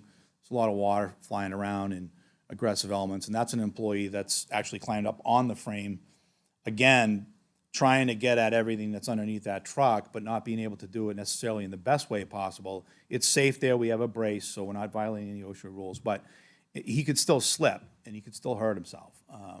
Do we have so any- there's things like that. Do we have any pits or lifts or anything? No, the facility just cannot, it's not designed or set up in that way. Probably should have let off with the size of the building, everything first, but I'll get to it. So spare parts and the tools are located in trailers. We touched on that earlier. These are those ones that are up on the stilts, if you will. So if a mechanic needs a tire, he's got to go out there, kind of wrestle it around. You'll see in the front of that the spare chains. Those are the spreader chains that actually convey the salt off the trucks. A variety of tools in here, compactors, shelves, air compressors, and whatnot, too. And, they wrestle those things around, and that's some of my concern with those two particular trailers. So Dave, we've got an inadequate facility. What do we do? Well, I'm almost there. Give me 5 more minutes. I waited a long time to get this presentation out here. Okay, I know, there's a lot going on in town. Well, I listen, get it. I think get it. everybody's hearing Okay. you. All right. So the exciting stuff's coming.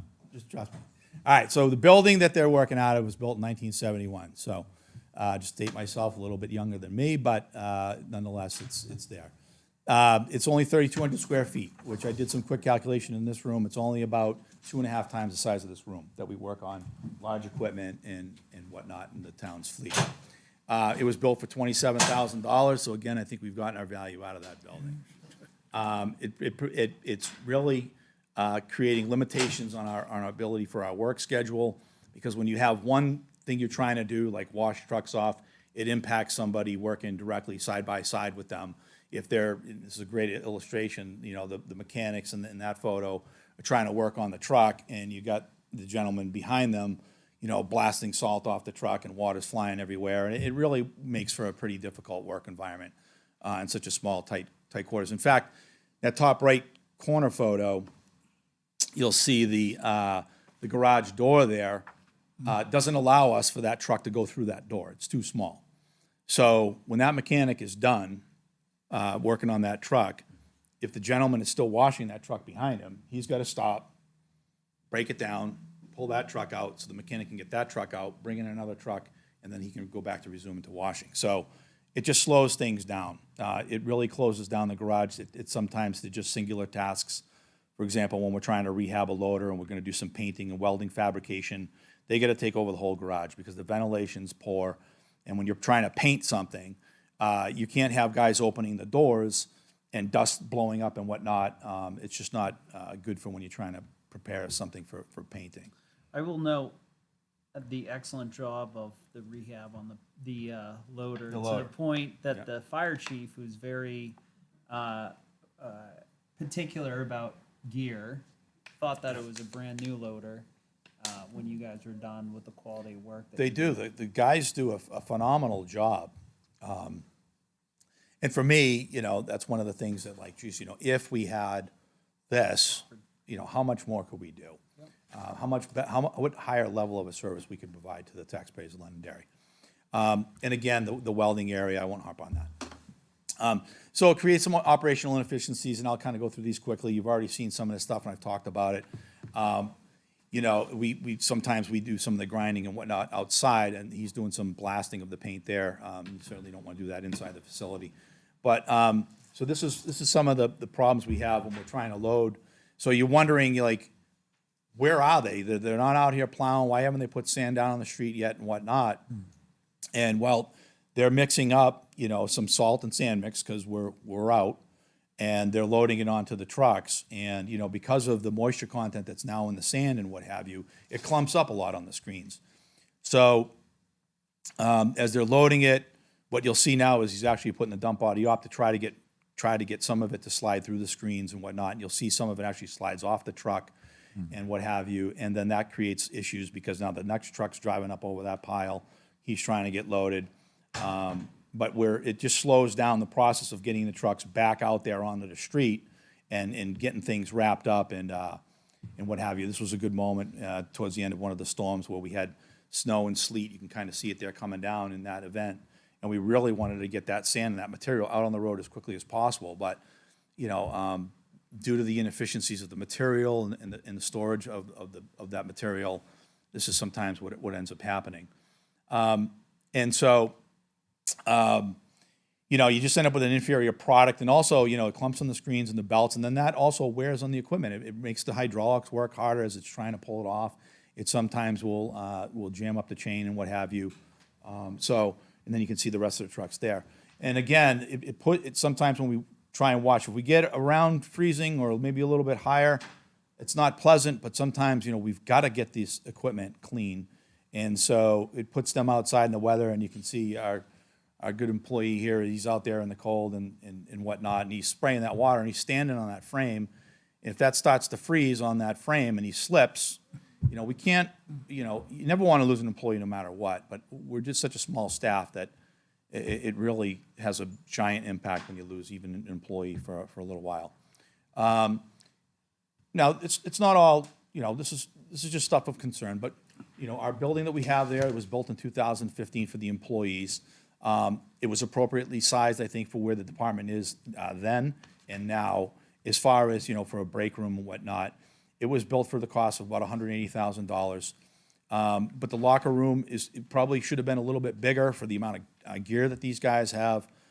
So it creates a little bit of limited workspace. They're still utilizing the old lockers in the old building for the additional gear that they have. And even the mechanics put their stuff in that flammable room as well, because we just don't have enough room in that building for all the other additional lockers. And so I touched on this earlier. You got to move equipment to get it equipment. This is one of our sheds, so if the guy's going to go out and use that lawnmower, he's going to move the paint machine and vice versa. We have to move supplies to get it supplies. This is another shed. I don't know where this one came from. It's been there a while. But, we have, ice melt in the front and some speedy dry, but in the back is some of the mortar and stuff that you need to go on basin jobs. So you're constantly moving things around in order to get it, that's time and effort. And again, you can see my footprints there in the snow when I took that photo. So, they're also having to, just reiterate that about moving around the property. And we have limited backup power to the garage. We have a generator for the employee building that I touched on, but the garage itself is not fully powered. So, and that's probably the most important thing, because we really, when we have to work on equipment in the middle of a snow event, that's usually when we're losing power, because, trees are down and wires are down. And so that creates some challenges as well. And I just want to praise the board because, you've all been great at recognizing the fact that we are first responders. We're out there when the elements are at their worst, and people's lives are being impacted in ways that are sometimes unimaginable. But everything that we do is in response to you. So, we're not just waiting for these calls to come in. We do provide a very high level of service with what we have to work with. And we know that our charge is to make sure that, the firefighters and the medics and the police officers and whatnot, when they got to get to a home, the gentleman here had a very nice story that he shared with us earlier about Musquatch. Now, let's pretend that that's in the wintertime. This last storm we had was the one that I was concerned with the most when I got here, that how vulnerable we are when we finally get backed into some real, really tough storms in New England. That 16-inch storm in early March there was a brute, and it took 2 of our trucks out, and so that created some challenges. And around the property, that trailer there is actually where we store our signs, and you can see we have some stairs that go up to it, no railing. They're very unlevel. So I'm constantly worrying about guys slip tripping and falling. I'm worried about guys, falling down those stairs, taking parts down to work on a truck, or banging their head. We transport the crude oil that's dropped off for the volunteers and whatnot behind the fire station, and we pump it into 55-gallon drums and strap them into a loader and drive them across town, and then transfer them into our tank after we screen them and screen it and whatnot, make sure there's nothing in there that can harm our waste oil furnace that heats that building. And that's kind of an inefficient, and there's other concerns that I have there with that, the way we transport it. But, this is our above-ground diesel fuel tank. There's also another one behind Central Fire, for those of you that don't know. That's a diesel and gas, but they're both above ground. You know, you got to climb ladders to get up on them, and when there's ice and snow, that's a concern. And here's where we fuel up. So again, there's that set of stairs, our fueling, and whatnot. Nothing's undercover, and have you. And then again, back to the parking lot. So at the end of the day, the guys go home, and that's what they got to kind of traverse across to get to their personal vehicles after a 36-hour shift, a 48-hour shift. So, Chairman says, okay, so we know it's tough. It's not perfect down there. Where are we going? Well, that's what I'm doing here tonight. I think that it's time to kind of talk about some of this stuff. I've shed some light on it. It's out there. And now maybe perhaps people can start to understand some of the challenges we have on why some of the services that have been asked about, why we can't bring that to the town of Londonderry, at least in our current state. But what I've been doing patiently for 2 years too is also listening to a great deal of other people within the town too, and other challenges that the town has, like storage and whatnot. So really what I think needs to happen is we need to do, perhaps a spatial needs analysis, do some sort of efficiency audit on how we do things and whatnot to determine what would be an appropriately sized facility.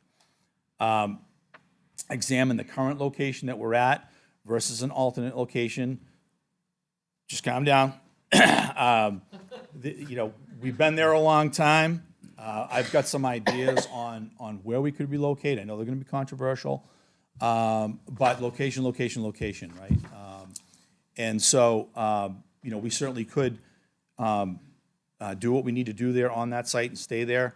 But if we're interested in solving some of the other challenges that Londonderry is facing, and incorporate that into this project, then I think perhaps maybe that's something worth discussing. All right? So just for clarification Sure. purposes, certainly going to have this discussion here, but so people know, this all has to run through the CIP committee first. 100%. 100%. This is step one of many, if you will. I didn't think it would be appropriate to just jump right into the CIP process with at least enlightening people to why we're entering the CIP process, and that's kind of what this is. Okay. Just information. This is just ideas. I got a lot of them banging around in my head. Some are good, some are horrible, and whatnot. So we're going to work our way through it. What are the things that we would like to look at? Fleet management for all vehicles, whether it be our equipment, town hall equipment, perhaps assisting fire department in some fashion or whatnot with the design of the facility. A fuel farm that is for all departments, schools, whatnot, all in one location of space that could free up potential space behind the central fire station. For those of you that don't know, the fire department actually does a lot of training down at our yard because they just don't have the room on their own properties to do what they do. So they'll come down and bring a wrecked vehicle or whatnot, and so that creates some operational efficiencies for them and challenges for them because even though they're training, they get a call, they got to go, so they got to bring more people over across town to do that training than perhaps maybe just doing it right in their own backyard. At least that's my crude understanding from talking with the fire chief and some of his command staff. Relocate that waste oil drop-off. That would free up space at Central Fire Station. It would also allow us to just have it there right on site for us to use and not have to transport it across the roadway. Free up some office space potentially, some storage space at Town Hall, which we have challenges in this building along with that in regards to that. There's potential for additional parking freed up at Town Hall. Relocating the drop-off center is something that I just threw in here because I know it's such a hot topic within this town. But I didn't get into this because it's really not my area to poke my nose into it or whatnot. That's the engineering department, environmental services, and what have you. But I think it's fairly obvious that we don't have to have a long-winded PowerPoint presentation like I've got going on right now. But to realize that they're remote down there, they don't have water, cell phone is sparse down there and whatnot, and it's a tough area that if you wanted to do year-round access, you really have to invest some money into that site. And so anyway, it might be worth exploring because if their facility was adjacent to ours, that would make it probably potentially possible. And create some more storage units. I talked to the PD, the the chiefs and their command staff, they're always looking for places to store things that you don't even think about, that they need from time to time, and it's creating some constraints for them in their own facilities. Storage for files and whatnot. We do pay to store a lot of our files and whatnot off-site, so perhaps it's time to think that we could do something, in our facility that would keep it secure. And then there's the initiatives of Go Green. We heard some presentations tonight talking about energy and where we're going. We know we can't stay the course of the way we've been doing it forever in our country. I think that's a global issue as well, and perhaps that's something that we explore in this project if we want to. Certainly the wash facility is one of my big things.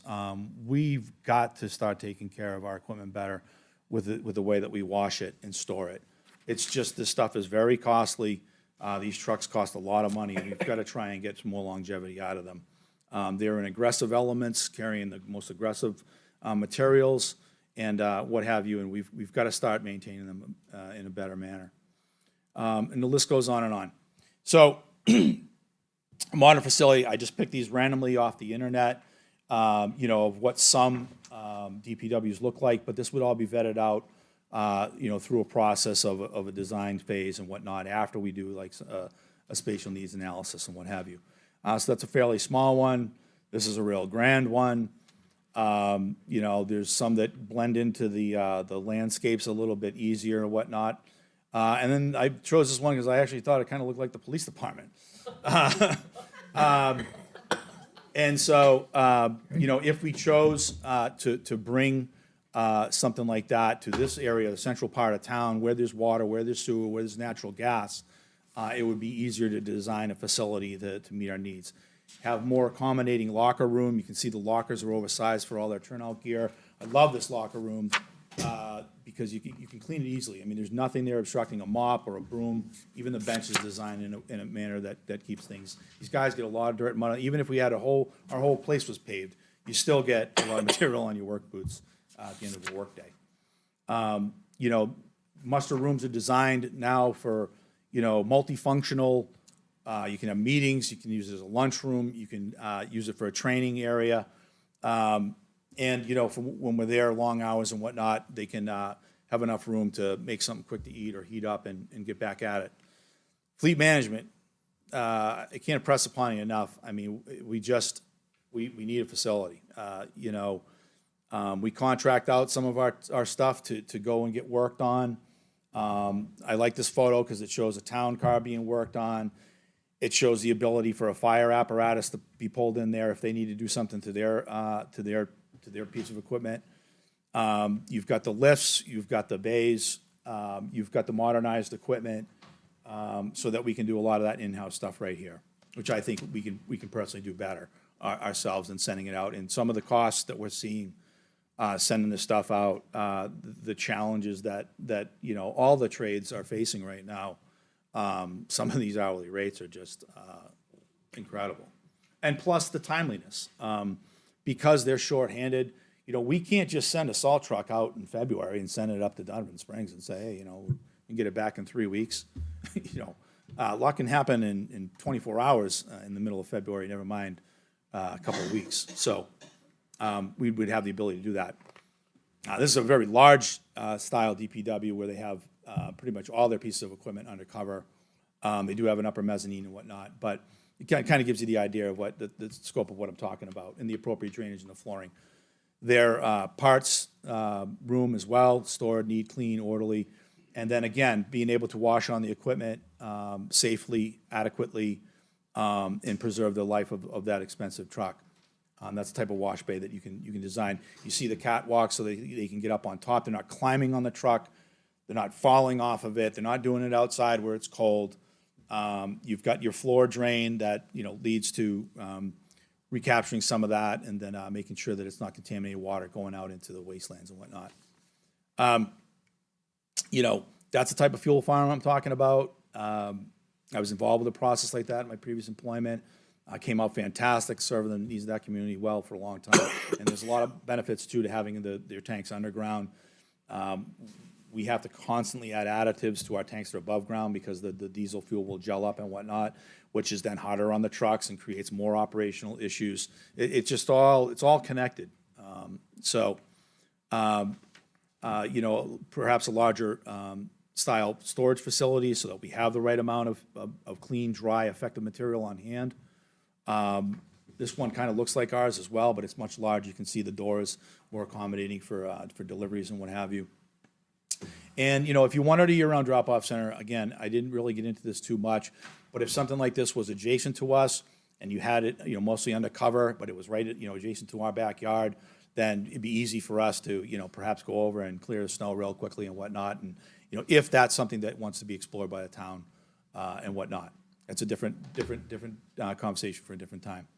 And, go green. So where's some of my folks about? So you got your solar panels. This facility right here was built in Rochester. Ironically enough, we just had a UNHT squared training class down there. We sent some employees down to, and they were blown away with that facility. That's on a pretty small lot. They did a very good job at getting a lot compacted and on that site for material storage and everything else. There are other things too that that I didn't put in this presentation too, but like the sand barrels around town.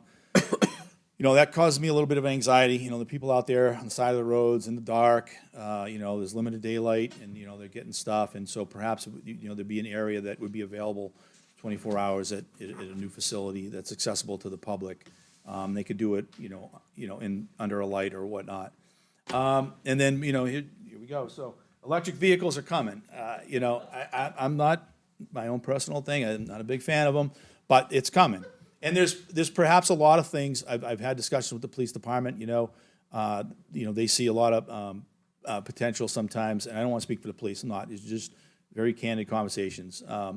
But some of the smaller vehicles and things like that, even the town vehicles and whatnot, certainly could go electric and into the future. And so, if we were in close proximity to this area in the central part of town, we could build something like this. This one is over in Europe. It's pretty fancy, but. And so we're just basically bound by the limitations of our facility. Maybe perhaps one of our councils might recognize that tank in the back of that truck, but we put it to use. Thank you for the donation. So if we had certain things, what could we perform? So if we had a vac jet truck, which we can't bring to where our current status is. So what we did there was fill that tank up with water because we had a clogged culvert and just kind of let gravity hopefully blow it and flush it out. And it worked. These guys get pretty ingenious at times, and it worked. But we could do some more jetting and drain lines. That would help us be with our MS4 compliance and whatnot, with cleaning of basins and what have you. Certainly vac jet trucks do a much better job at cleaning the basins than our old style type of clam truck. Street sweeping, we don't do it. We should be doing it. There certainly are places in town that we need it desperately, and that helps us with our MS4 compliance as well. We have guys still doing it the old-fashioned way at times, using the old-fashioned broom and brooming up sand and using, sometimes we do backpack blowers, but it's a beautiful spring day. We've finally gotten through the rigors of winter, and everybody's got their windows open, and here comes us making noise and blowing sand and dust all over the place and coming in people's homes, and it makes for a miserable experience for them. So sometimes we have to just do it the old-fashioned way. We could get into, some mowers and perhaps lawn maintenance. And, if we had a larger facility, maybe we could get summer help to come in and help us out with some of the mowing and whatnot.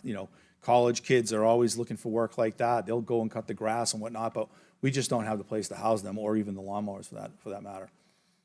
Sidewalk machine, we could do the sidewalks, a hot box, which is, you can go and get asphalt and, you can go fill your potholes with that. That's going to last you far longer than cold patch will.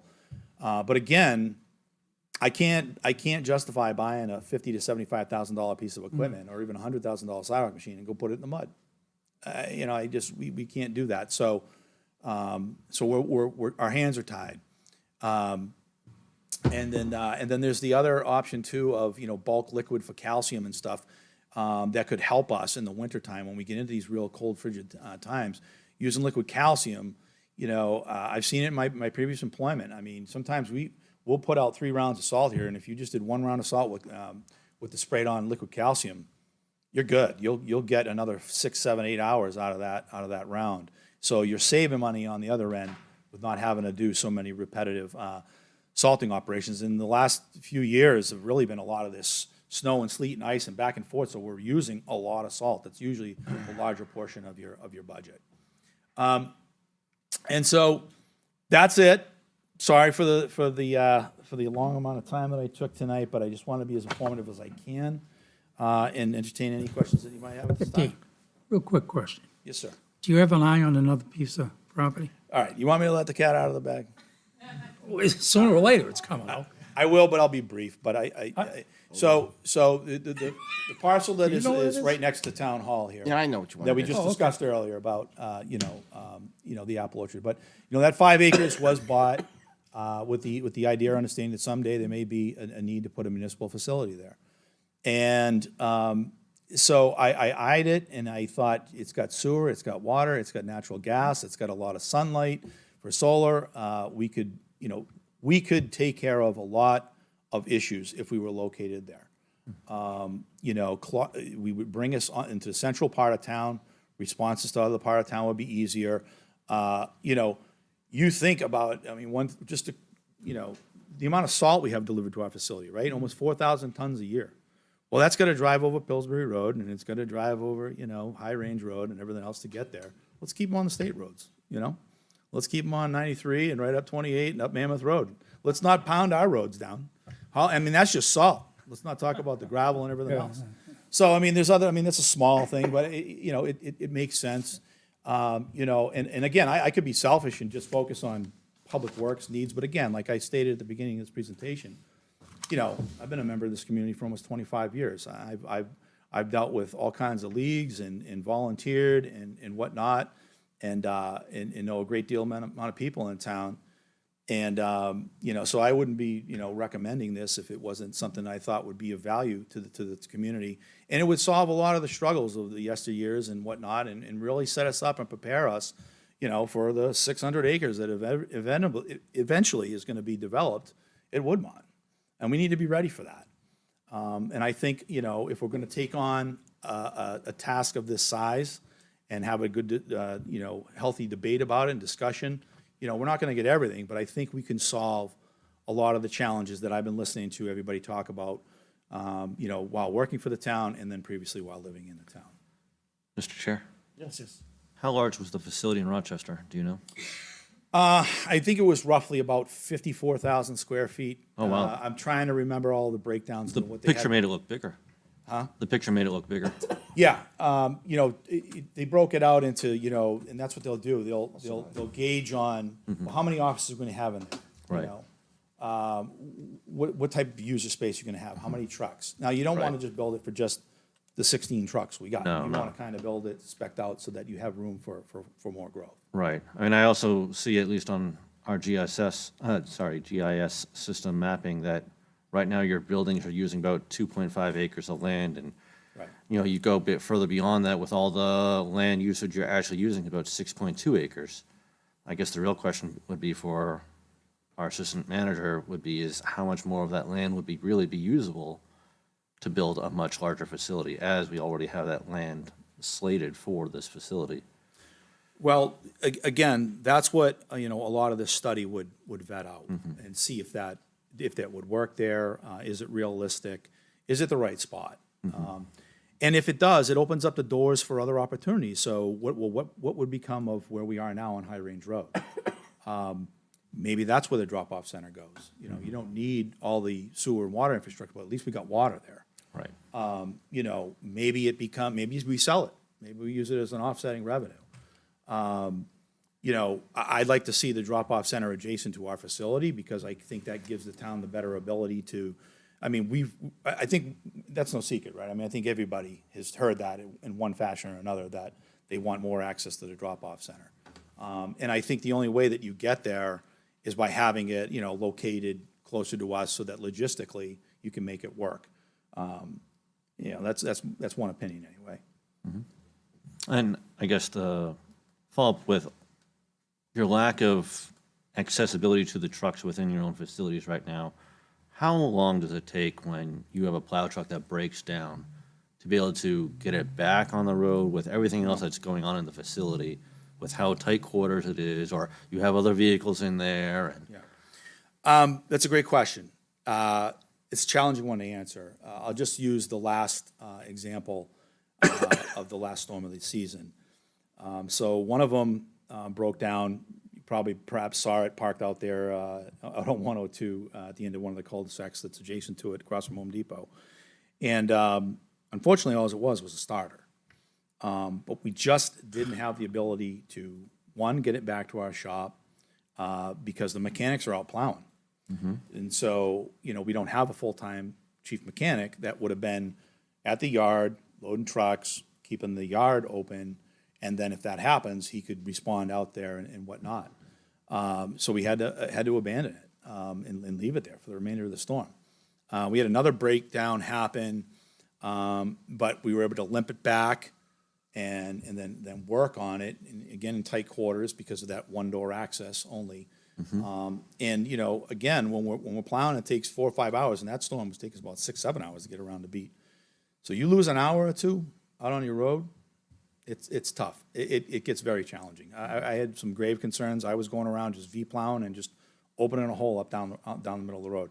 I conversed with both police and fire department during that event, you know, hey, if you're having challenges getting around or whatnot, we've made some adjustments for the fire department so that their truck that they have that is relatively old, we're able to stay with their crews and go out in case they found themselves in those scenarios. But it's just my concern, you know, as an emergency responder, as the head of one of the big responders in town, I have concerns about, you know, not meeting the needs of the community. I'm not saying that there's anything to get all of, you know, alarmed about, but as we grow, you know, the challenges are going to become more steep. Well, and someone who works in construction, the amount of what you're showing on examples of slips and falls and people potentially getting hurt, at least within your own facility, let alone throughout town, by not being able to get your trucks back out there. I mean, that's a grave concern to myself. I mean, last thing we need is someone getting hurt just being able to do their daily job, let alone trying to get back out there, hurry to snowplow again. I mean, Agreed. that's a huge problem. I mean, frankly, I'm surprised that we've let this go on as long as we have. Yeah, we've had some bangs and bumps and bruises and cuts and whatnot. We were very fortunate; no one's gotten, you know, gravely hurt. But to your point, where we're behind the 8 ball, and then so employees are rushing. They're a great workforce. I can't say enough about them. They understand what we're charged with, and so when you're rushing, that is usually when the worst case scenario happens. So, thank you. All right, so we'll digest this. Okay. And we'll figure out what next steps are. Great. Thank you for your time. Thank you. Thank you, Dave. Thank you. All right, so I'm going to flip the agenda around here a little bit. How many people are here to be interviewed for pickleball? Let's do this. All right, so we're going to move to pickleball right now. Yep. Thank you for your patience sitting here. Very much appreciate it. I have a list of folks for pickleball. Let's start with Dawn Cava. Is that correct? That's me, Cobbin, yes. Yes, hi, how are you? First time ever in a town hall, very interesting. Well, we'll try to treat you with kindness. Thank you. So, hi. So the way we normally do these things is you know, we have your form that you filled out. Okay. Generally, we offer somebody an opportunity that if they want to just make an opening statement, they can, if you're comfortable with that. Or we can just, you know, the councils will just go through and ask you questions. It's your choice. Questions is fine. Fantastic. So, works for me. I'll start with Ted. You said you're a pickleball enthusiast. Tell us a bit more. I just started experience. playing a couple of years ago and just love the sport and just really feel that it's a great environment to meet people. I think I could play with my young kids, my nephews and stuff like that, very family friendly and just different than any other sport that I've played. Big into soccer, which you can kind of do that too, but it's just, as far as it brought me a sense of community of when I get to go meet people and play. So I just think it's important that we try to have some kind of facility in town that we can play here too, since everybody else is doing it. Thank you. Pick this up for me. I'll be right back. All set, thank you. All right, I just want to start out by saying Actually, all that I have to say is thanks for volunteering. As we can tell, this is a very important thing in the community, and your time is very valued, so thank you for doing that. Welcome. Mr. Butler? I'm all set.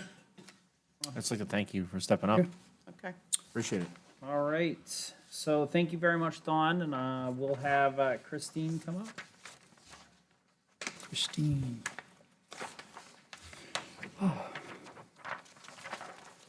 Thank you very much for volunteering. If you'd like, as previous, you can have an opening statement, or No, we can do it the same way. That Same works for way? me. All right, I like that. I have no prepared remarks. Fair enough. Mr. Combs? I gotta say, having a small business owner in town, being involved in this board, and having someone who's been involved in the community as long as you have, I think would be a true asset. Well, and it's kind of fun because all of my activities in town have been kid-related. Mm. And now that my kids are off in college Yeah. and I have activities that I like, it's kind of nice. I like that. Yeah, because that's why I'm doing it, is because I play. I obviously go to other towns to play. Yeah. I very much enjoy it. But I also see that as much as I want it here for me, I think it's good for the town, both for the sense of community and long range. Pickleball is huge, and it's huge money. And colleges now have club teams. So there are now intercollegiate club tournaments. So it's eventually going to trickle to the high schools. So it's only going to benefit the town at some point if there are already courts here when high school says, oh, we really need a place because we need to have a pickleball team because kids now want to play pickleball in college. So they have to start somewhere. So I think it's here for the long haul because it's a baby sport. Wonderful. Thank you. All right, thank you, and I'll echo my sentiments stated earlier. Thank you very much for volunteering. I do have one question. You mentioned in your town bank form that you got into pickleball about 6 months ago. Can you talk a little bit how it was introduced to you and what piqued your interest? Well, the gentleman I was sitting next to earlier comes in the store every single day, and he plays pickleball every day. So he was always talking to me about it. And I said, it sounds like fun. So he and I went over to Derry to the Alexander Carr Park new courts, and he taught me how to play in one afternoon. And I just thought it was great fun. And then I spent a long time trying to find places that I could play after work. And through Facebook and Google, and found the Litchfield Pickleball Club and signed up for that and started playing over there. And I wish I could play more. I only get to play once a week, but now I'm looking forward to learning how to play outside, because apparently that's very different than playing inside the wind or something like that. Thank you. Ms. Butler? No, I'm all set. Thank you very much. Sure. Just one quick question. You put on your form that you're really only available in the late afternoons, early evenings. If the meeting went from like 7 to 8, would that be an issue? Like Oh, most this, meetings- I consider Yeah. this evening. Okay, perfect. I Sorry. work from 6 in the morning till 1 or 3 in the afternoon, Gotcha. so that's when I can be available. Perfect. All right. Thank you. All Thank right, you very Thank much. you very much. Move on to Jim. He left. He left, The man okay. sitting next to me. Thank you. He left. Michael Nader. Good evening, sir. Hey, gentlemen. How are you? Very good, thank you. We'll follow the same Same, as pattern. Same old. previous, and we'll start with Mr. Combs. Yeah, just a quick opening statement. I mean, I'm a very avid player, been playing about 5 years. Play all over southern New Hampshire, played in Florida on occasion in the wintertime and everything. It's getting so popular, I don't have to pump it up at all, but what's we're finding increasingly is it's getting very difficult to play even outside of town, so I play in Derry as well, I play in Litchfield, play in Manchester, play in Concord. The number of members over the last couple of years have just exploded to the point where some of the facilities are starting to say they're only going to let town people play at their facilities. So if you don't have a town facility as big as this is getting, it can be very difficult to play. So I guess, I played today, I played this afternoon. I have time to play, but I like that. Well, I'm glad to see the volunteerism. I got to say, I'm really impressed with all the new people who wanted to step forward. good. So often do we not find anyone who wants to volunteer for positions, and I really want to commend everyone who's stepped forward so far. That's all I gotta say. I would like you to talk a little bit about your project management experience. I personally think, with my experience in project management, I think it adds a lot of valuable skills to bring everything together. Can you talk a little bit about how you can bridge that gap into a committee like this? Sure, I mean, there's a reason I put that down there. I don't have project management skills as far as, town projects and things like that, but I have a career in sales. I was 40 years in the beer business, which is of interest to a lot of people. But I worked for the Miller Coors Brewery for 25 years. But it was always project management, it was different sales teams, different marketing projects. And so that's all we really did, So it was at a higher level. Okay. And Yeah. thank you very much for your willingness to Yeah, my pleasure. move this forward. I'm all set. All right. Thank you for volunteering. Thank you, gentlemen. As a former Vietnam vet, Yes. you never got what you deserved in the thank you, so thank you. Thank you for your service and for doing what you did. I am not a vet. I'm not sure where that came from. Who's the Vietnam vet? It's not on yours? No. That was Jim. That was Jim. Did I miss Jim? You missed Yeah, it. not a problem. I had to step out for a minute, but thank you. That's okay. We're on the Did I miss Jim? Yeah. Miss Jim. left. Jim left. Sorry, I had to step out for some air for a minute. And we're on the Brian. We were on to Brian. We're on to Brian. Brian available? Brian here? All right, so I would suggest that if we want to appoint anybody tonight, we can certainly do that, but we need to, I'm assuming that Heather is going to apply here at some point. I mean, if you want to appoint tonight, we can appoint tonight, or we can, wait for more applicants and appoint at the next meeting. It's up to you guys. I'm good to make a motion to appoint the slate of 5 people who put their names down as 5 regular members. And if we get 2 more people, we can appoint them as alternates. Well, do we meet Brian? No, we didn't, or Jim. May I propose amendment to your motion? Might I suggest that we appoint the 3 that we interviewed as full-time members, leave the 2 alternates open, and do that tonight? I'm fine with that. All right, so we're going to appoint Dawn, Christine, and Michael. Correct, and I second. All right, all those in favor, signify by saying aye. Aye. Chair votes affirmative. See the clerk and be sworn in, please. Thank you for volunteering. Thank you. Thank you. And thank you for your Thank patience you. this evening. Yes. Well,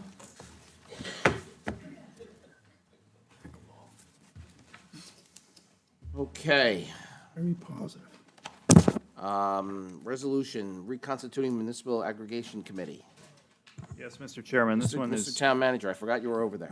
It's been a while.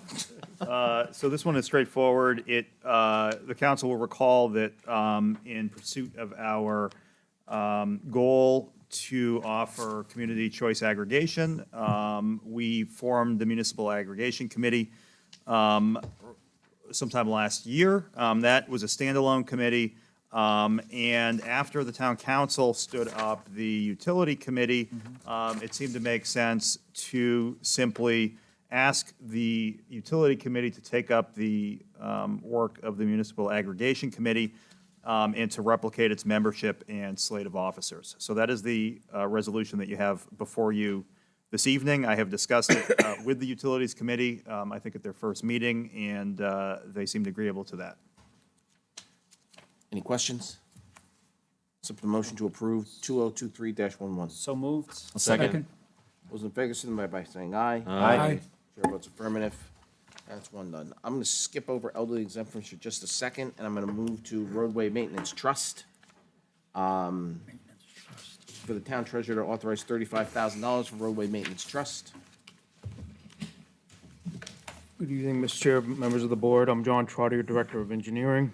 Back in April of 2023, we put out to bid the Grenier Field Road signal improvements. That is basically the controlling cabinet. It's the brains of any signalized intersection. It's where the preemption equipment is stored, backup batteries. Again, that cabinet that we have up at Grenier Field Road was installed back in circa 2001. It was just prior to all the roadway improvements that were done up by the airport, the industrial drive, beginning of Pettingill Road, the relocation of Harvey Road, and that was actually installed by, constructed and paid for by the Manchester Airport. It was a backup cabinet that they had experienced a number of accidents, but we got nearly 25 years out of it, so again, it's just time. So we had put it out to bid, received bids ranging from 31,000 all the way up to 78,000 from 3 different vendors. And again, the equipment that the vendor is proposing to install there are similar to the other 4 signalized intersections that the town is responsible for. Those are basically Harvey and Pettingill, Industrial and Pettingill, and Innovation Way in Pettingill. So Question. it's all it is. Yes. John, what did you say the bids were? 31,400 from East Coast Signals out of Deerfield, New Hampshire. Yeah. Second was 41,140 from Electric Light out of Cape Nedick, Maine, and 75,550 from Molson Electric out of Biddeford, Maine. Mr. Chair, Yes. where exactly on Grenier Field is this location? At the intersection of Webster Oh, and okay. Grenier Field. I see what you mean. Okay. Just north of the North Fire Station. So is it on the Grenier Field side, or is it closer to the Webster side? It's at the intersection of Webster and Grenier Field. Right, but it comes to a T, so is it, No, yeah, at the T. yeah, so is it on the right-hand side or the left-hand side of Webster? North or south side, just the box location. Oh, the box itself? Yeah, The yeah. box is located at the South side. southwest corner. Okay, thank you, that's all I had. Anything further? Yeah, real quick question. You're looking for 35,000. None of the bids align with that? So what again, Jim, just so I have Yeah. a little extra in there. Okay, just so I understand it. It's just like, the Harvey Road culvert, Understood. 1.5, it was 1.4 and change. Fine. And you're selecting East Coast Signal. Yes, yeah. And you said it was about 31? Yeah, 31.4. So 10% for contingency, basically. It's for unknowns. It's good with me. Anything further? Accept the motion? So moved. Second. Those in favor, signify by saying aye. Aye. Affirmative. Thank you for your patience. Thank you, Appreciate John. it. Thank you, Mr. Trotter. Steve, sorry to put you off there. I figured the elderly exemption thing would be a little bit longer conversation. I hope not so. Well, I Mr. mean, I'm Chairman. just hedging my bets. Good evening, Mr. Chair, members of the council. So this is the first of 2 resolutions that we'll be bringing forward this year that deal with the elderly and disabled exemptions. This is about the qualifications for the income and asset limits. You may remember back at the April 10th meeting, I made a presentation at which the council looked favorably upon adjusting the qualification standards for income of single people and married people, and the asset limit to those that were adjusted for the cost of living for Social Security.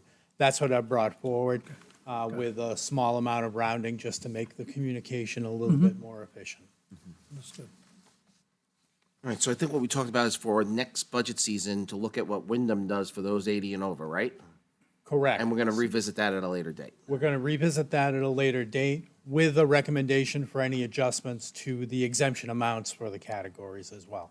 Okay. And we'll be able to give you the fiscal, an estimate of the fiscal impact if you were to go to 100%. I just want to make sure we do that going into a budgeting season so we do it correctly. But it's definitely something on our radar. Yeah. Anything? All set. All set. I'll accept the motion to approve 2023-10. So moved. Second. Thanks, Steve. Appreciate Thank the you. patience. Thank you, Appreciate Steve. your patience this You evening. want a full vote? What? You want a full vote? Didn't I get a full vote? No. Who didn't vote? All of us. All those in favor, signify by saying aye. Aye. Chair votes affirmative, 5-0. I'm sorry. Sorry. I'm starting to move a little too quickly. Okay. Next item, Minutes. I'll accept approval of the minutes of April 24th, 2023 as presented. So moved. Second.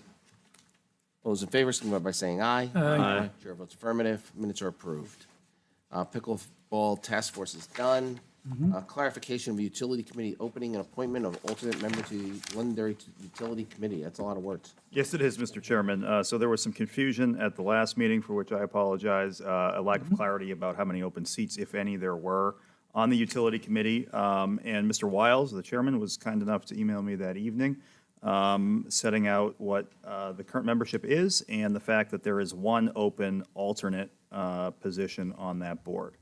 So the council has one seat to fill on that board. Alrighty.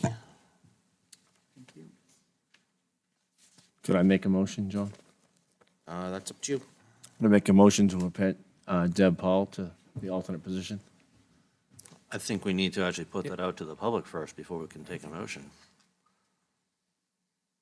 It's up to you guys. I think we should put it out to the public. I agree. Motion dies without a second. Okay, next item would be liaison reports. To have a liaison report for the schools. Bear with me, please. It will be brief.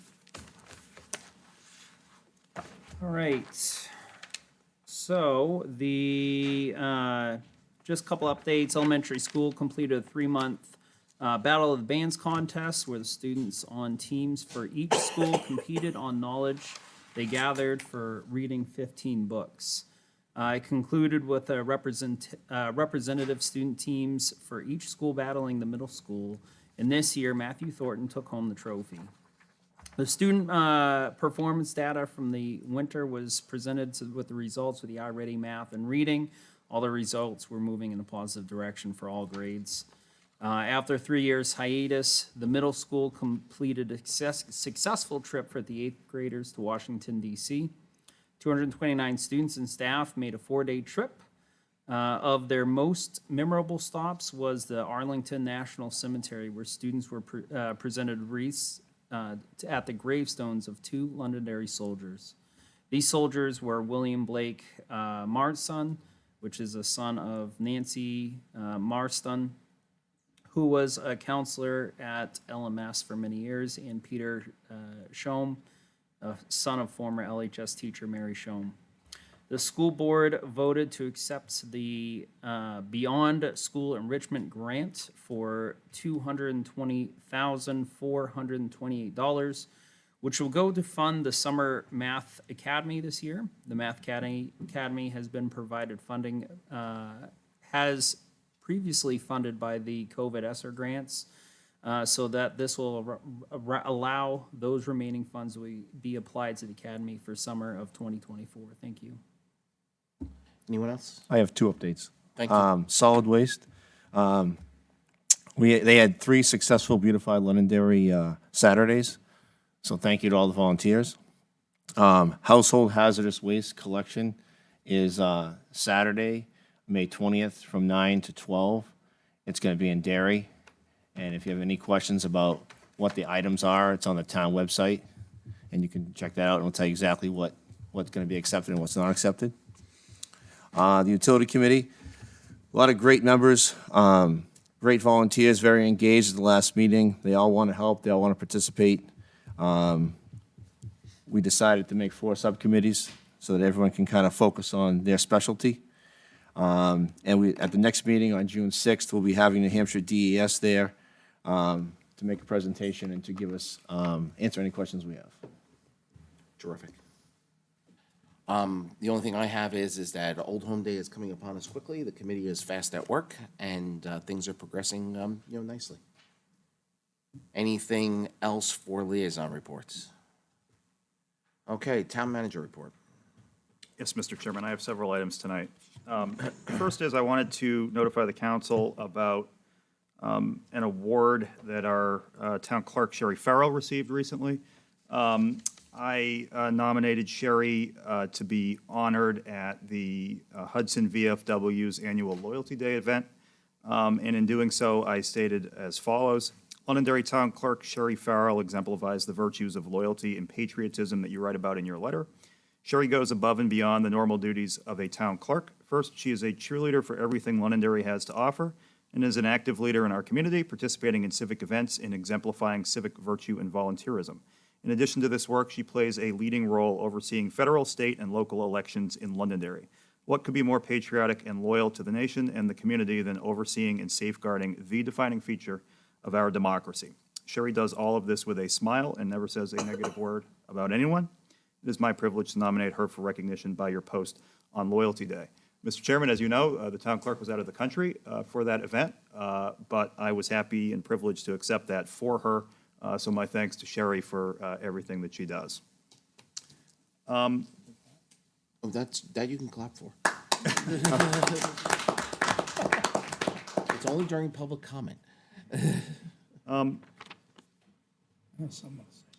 On January 26, 2023, in my role as town manager, I issued so-called trespass orders to Chris and Laura Gandia. A trespass order is simply notification to someone that he or she is not authorized to be present at a particular location. Trespass orders are issued by owners or those charged with management of property.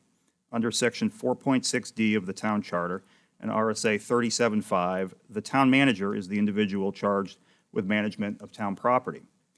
This matter did not involve the town council. Trespass orders are issued every day in New Hampshire. Often they are communicated orally by the police department where the property is located after speaking with an authorized person. I placed the orders in writing and arranged for notification to be made to the Gandias through normal channels. I released the trespass orders on May 4th. I anticipated the public controversy and the harsh criticism, mostly directed at me, this action would generate, and time has proven that prediction true. Yet, as has occurred frequently in my first 15 months in office, I did not shrink from a decision simply to avoid controversy. I made the decision I believe to be in the town's best interests, which is my primary and most important responsibility when making any decision in my role as town manager. I do not plan to elaborate upon my reasoning any further. I acknowledge that people want to know more about this matter. It is not a question of me not wanting to or being afraid to address it. In fact, it would be easier if I could. However, there are some topics that are simply not appropriate for the town manager to discuss at a town council meeting, and this is one of those topics.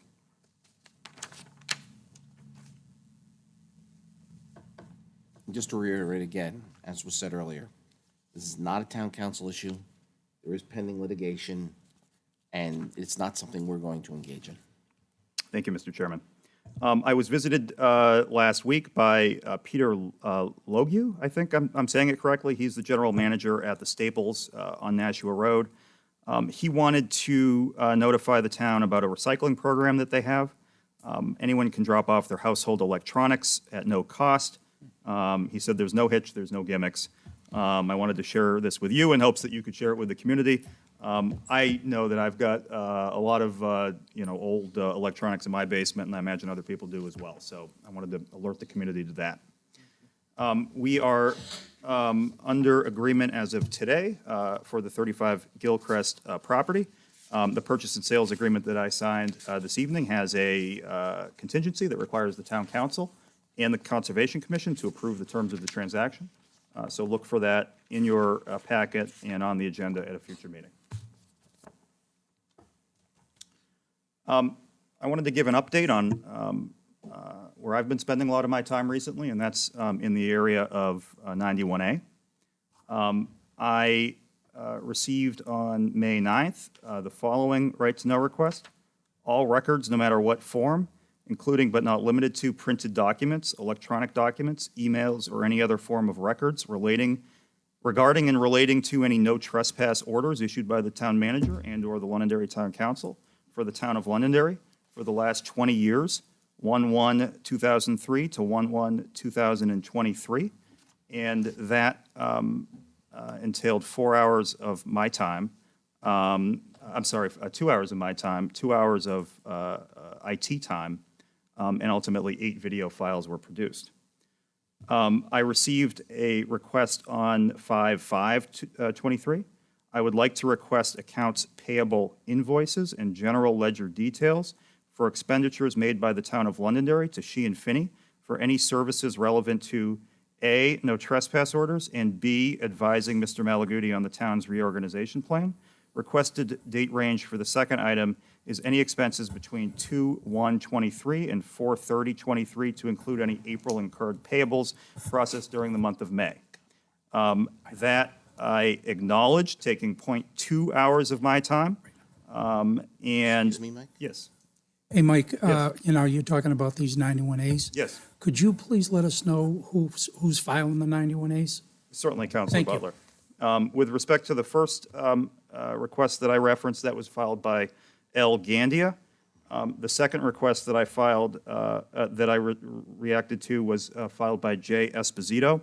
And as I said, that entailed 0.2 hours of my time to acknowledge that, receive it, and process it. I expect that will take a heavier lift in order to fulfill it ultimately.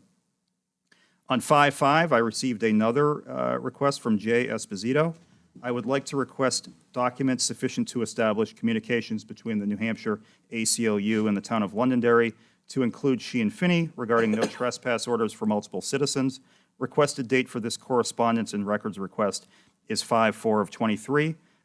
That took me a quarter of an hour to respond to, and I produced 8 pages of material.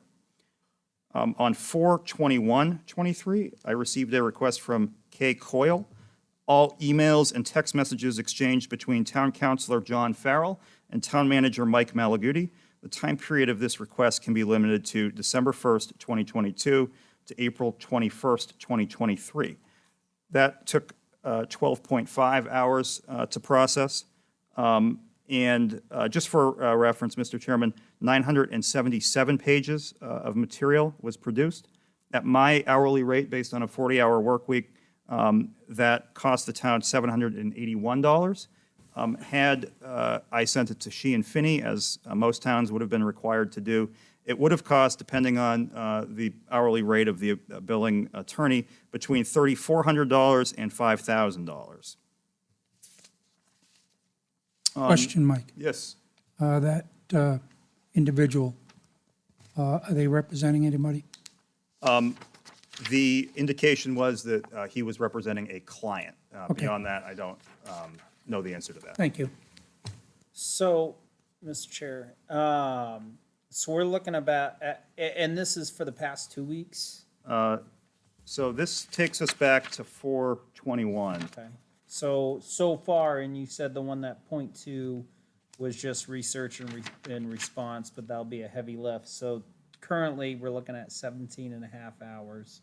And as you indicated, at your billable rate, $781, when it could be between $3,400 and $5,000, correct? Did I hear you correctly? You did, and I just want to clarify that this isn't money that the town's actually paying me on top of my salary. It's just a representation of hours. How you're spending your time. Correct. Thank you. And I neglected to mention that the most recent request that I just mentioned, the 977 pages, it looks like that. And just to confirm, we will always adhere to the state law for 91A requests. We have, we've been complimented on it by some of the individuals who have been making these requests in the past. And my practices have not changed over the time that I've been representing the town or serving as town manager. Great, thank you. Hey, Mike, are we charging for copies, or is it going electronic? Our current practice is to send everything electronic, and that's something that we've been complimented on. I will tell you that based on the volume of requests and the municipal resources that I've had to devote, I am considering proposing changes to that practice. But for the time being, we're adhering to it, and it's something that I think has assisted us in the past in being as transparent, as responsive as possible. Accessible. Accessible, correct. So what people need to understand, all those pages there, when someone asks for something that is between the town manager and I, they're talking about when he said something to the town council, town manager, and so includes all those as well. Includes all legal correspondence, which then has to be stopped and redacted. So many hours have to be spent going through, so it's not a matter of just printing them off. Got to go through them one by one. That's exactly right, Mr. Chairman. I think I spent something like between 2 and 4 hours printing off emails from my inbox, and then the redaction process that you reference. It's definitely a heavy lift. The original request was for a year, and it was changed. to just that period. I don't So- recall what the original request was specifically, but I recall that it was vastly broader. Okay. Correct.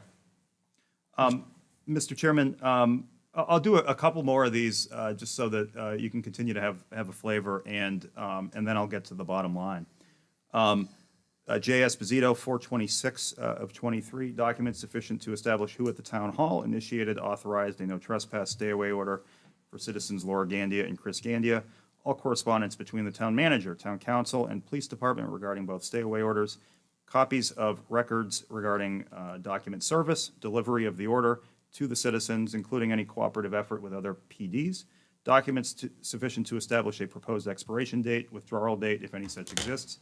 Requested range 2023-0201 to 2023-0425. And I took an hour of time and produced 7 documents. Mr. Chairman, I have this log going back for the requests that have arrived either in my office or required my significant attention going back a year. There are, interesting requests that involved the Lions Hall last summer that took, a significant amount of time. There were, a variety of topics. But the bottom line is this, Mr. Chairman, as Councilor Butler pointed out, every citizen is entitled to avail themselves of this law. I'll come back to the point that I made and amplify it in a minute, but we've been regularly complimented on how quickly we respond to these requests and how seriously we take them. But the bottom line is this, Mr. Chairman, a conservative estimate, I believe, of time, municipal resources, specifically my time, devoted to all of this over the past year, 151.75 hours. That's $9,484 at my salary rate. Had we had to send this out to legal counsel, it would have cost between $41,700 and $60,580. Again, everybody is entitled to avail themselves of this law, but it is not without a cost to the taxpayer. Mike, how many hours again? 151 and some change. 0.95. And as I pointed out, Mr. Chairman, it's interesting to hear some of the discontent with how things are going, specifically with regard to accessibility, access, and 91A. I have an email here from someone who spoke tonight, May 11th, 2022. Thank you for all, this is addressed to me, thank you for all you do. You are a true asset to the community. Your hard work is appreciated. And that person was not, speaking favorably of how things are going. I have another email, September 26, 2022, by someone who also spoke tonight and was not, speaking favorably about how things are being handled at the council level and town manager level. Appreciate you as always, is the statement. I have another email here from that same individual, August 25th, 2022. To the town's credit, the current town manager, that's me, has been more responsive and forthcoming than the last, and I believe Mr. Malaguti has done a very fair job.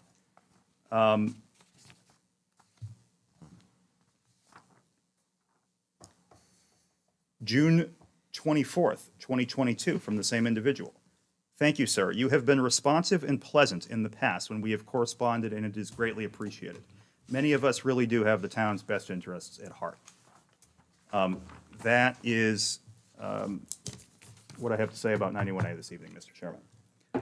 I did also want to address something that I heard in public comment that you found significant enough to address. I also found it significant enough to address, and that is the issue of Woodmont Commons. The difference between Ms. Perez's property, her residential property, and Woodmont Commons is that, of course, Woodmont Commons is a phased development. It is a decades-long project, and it is certainly true that specific plans were not made for sewer capacity at the time the agreement was signed.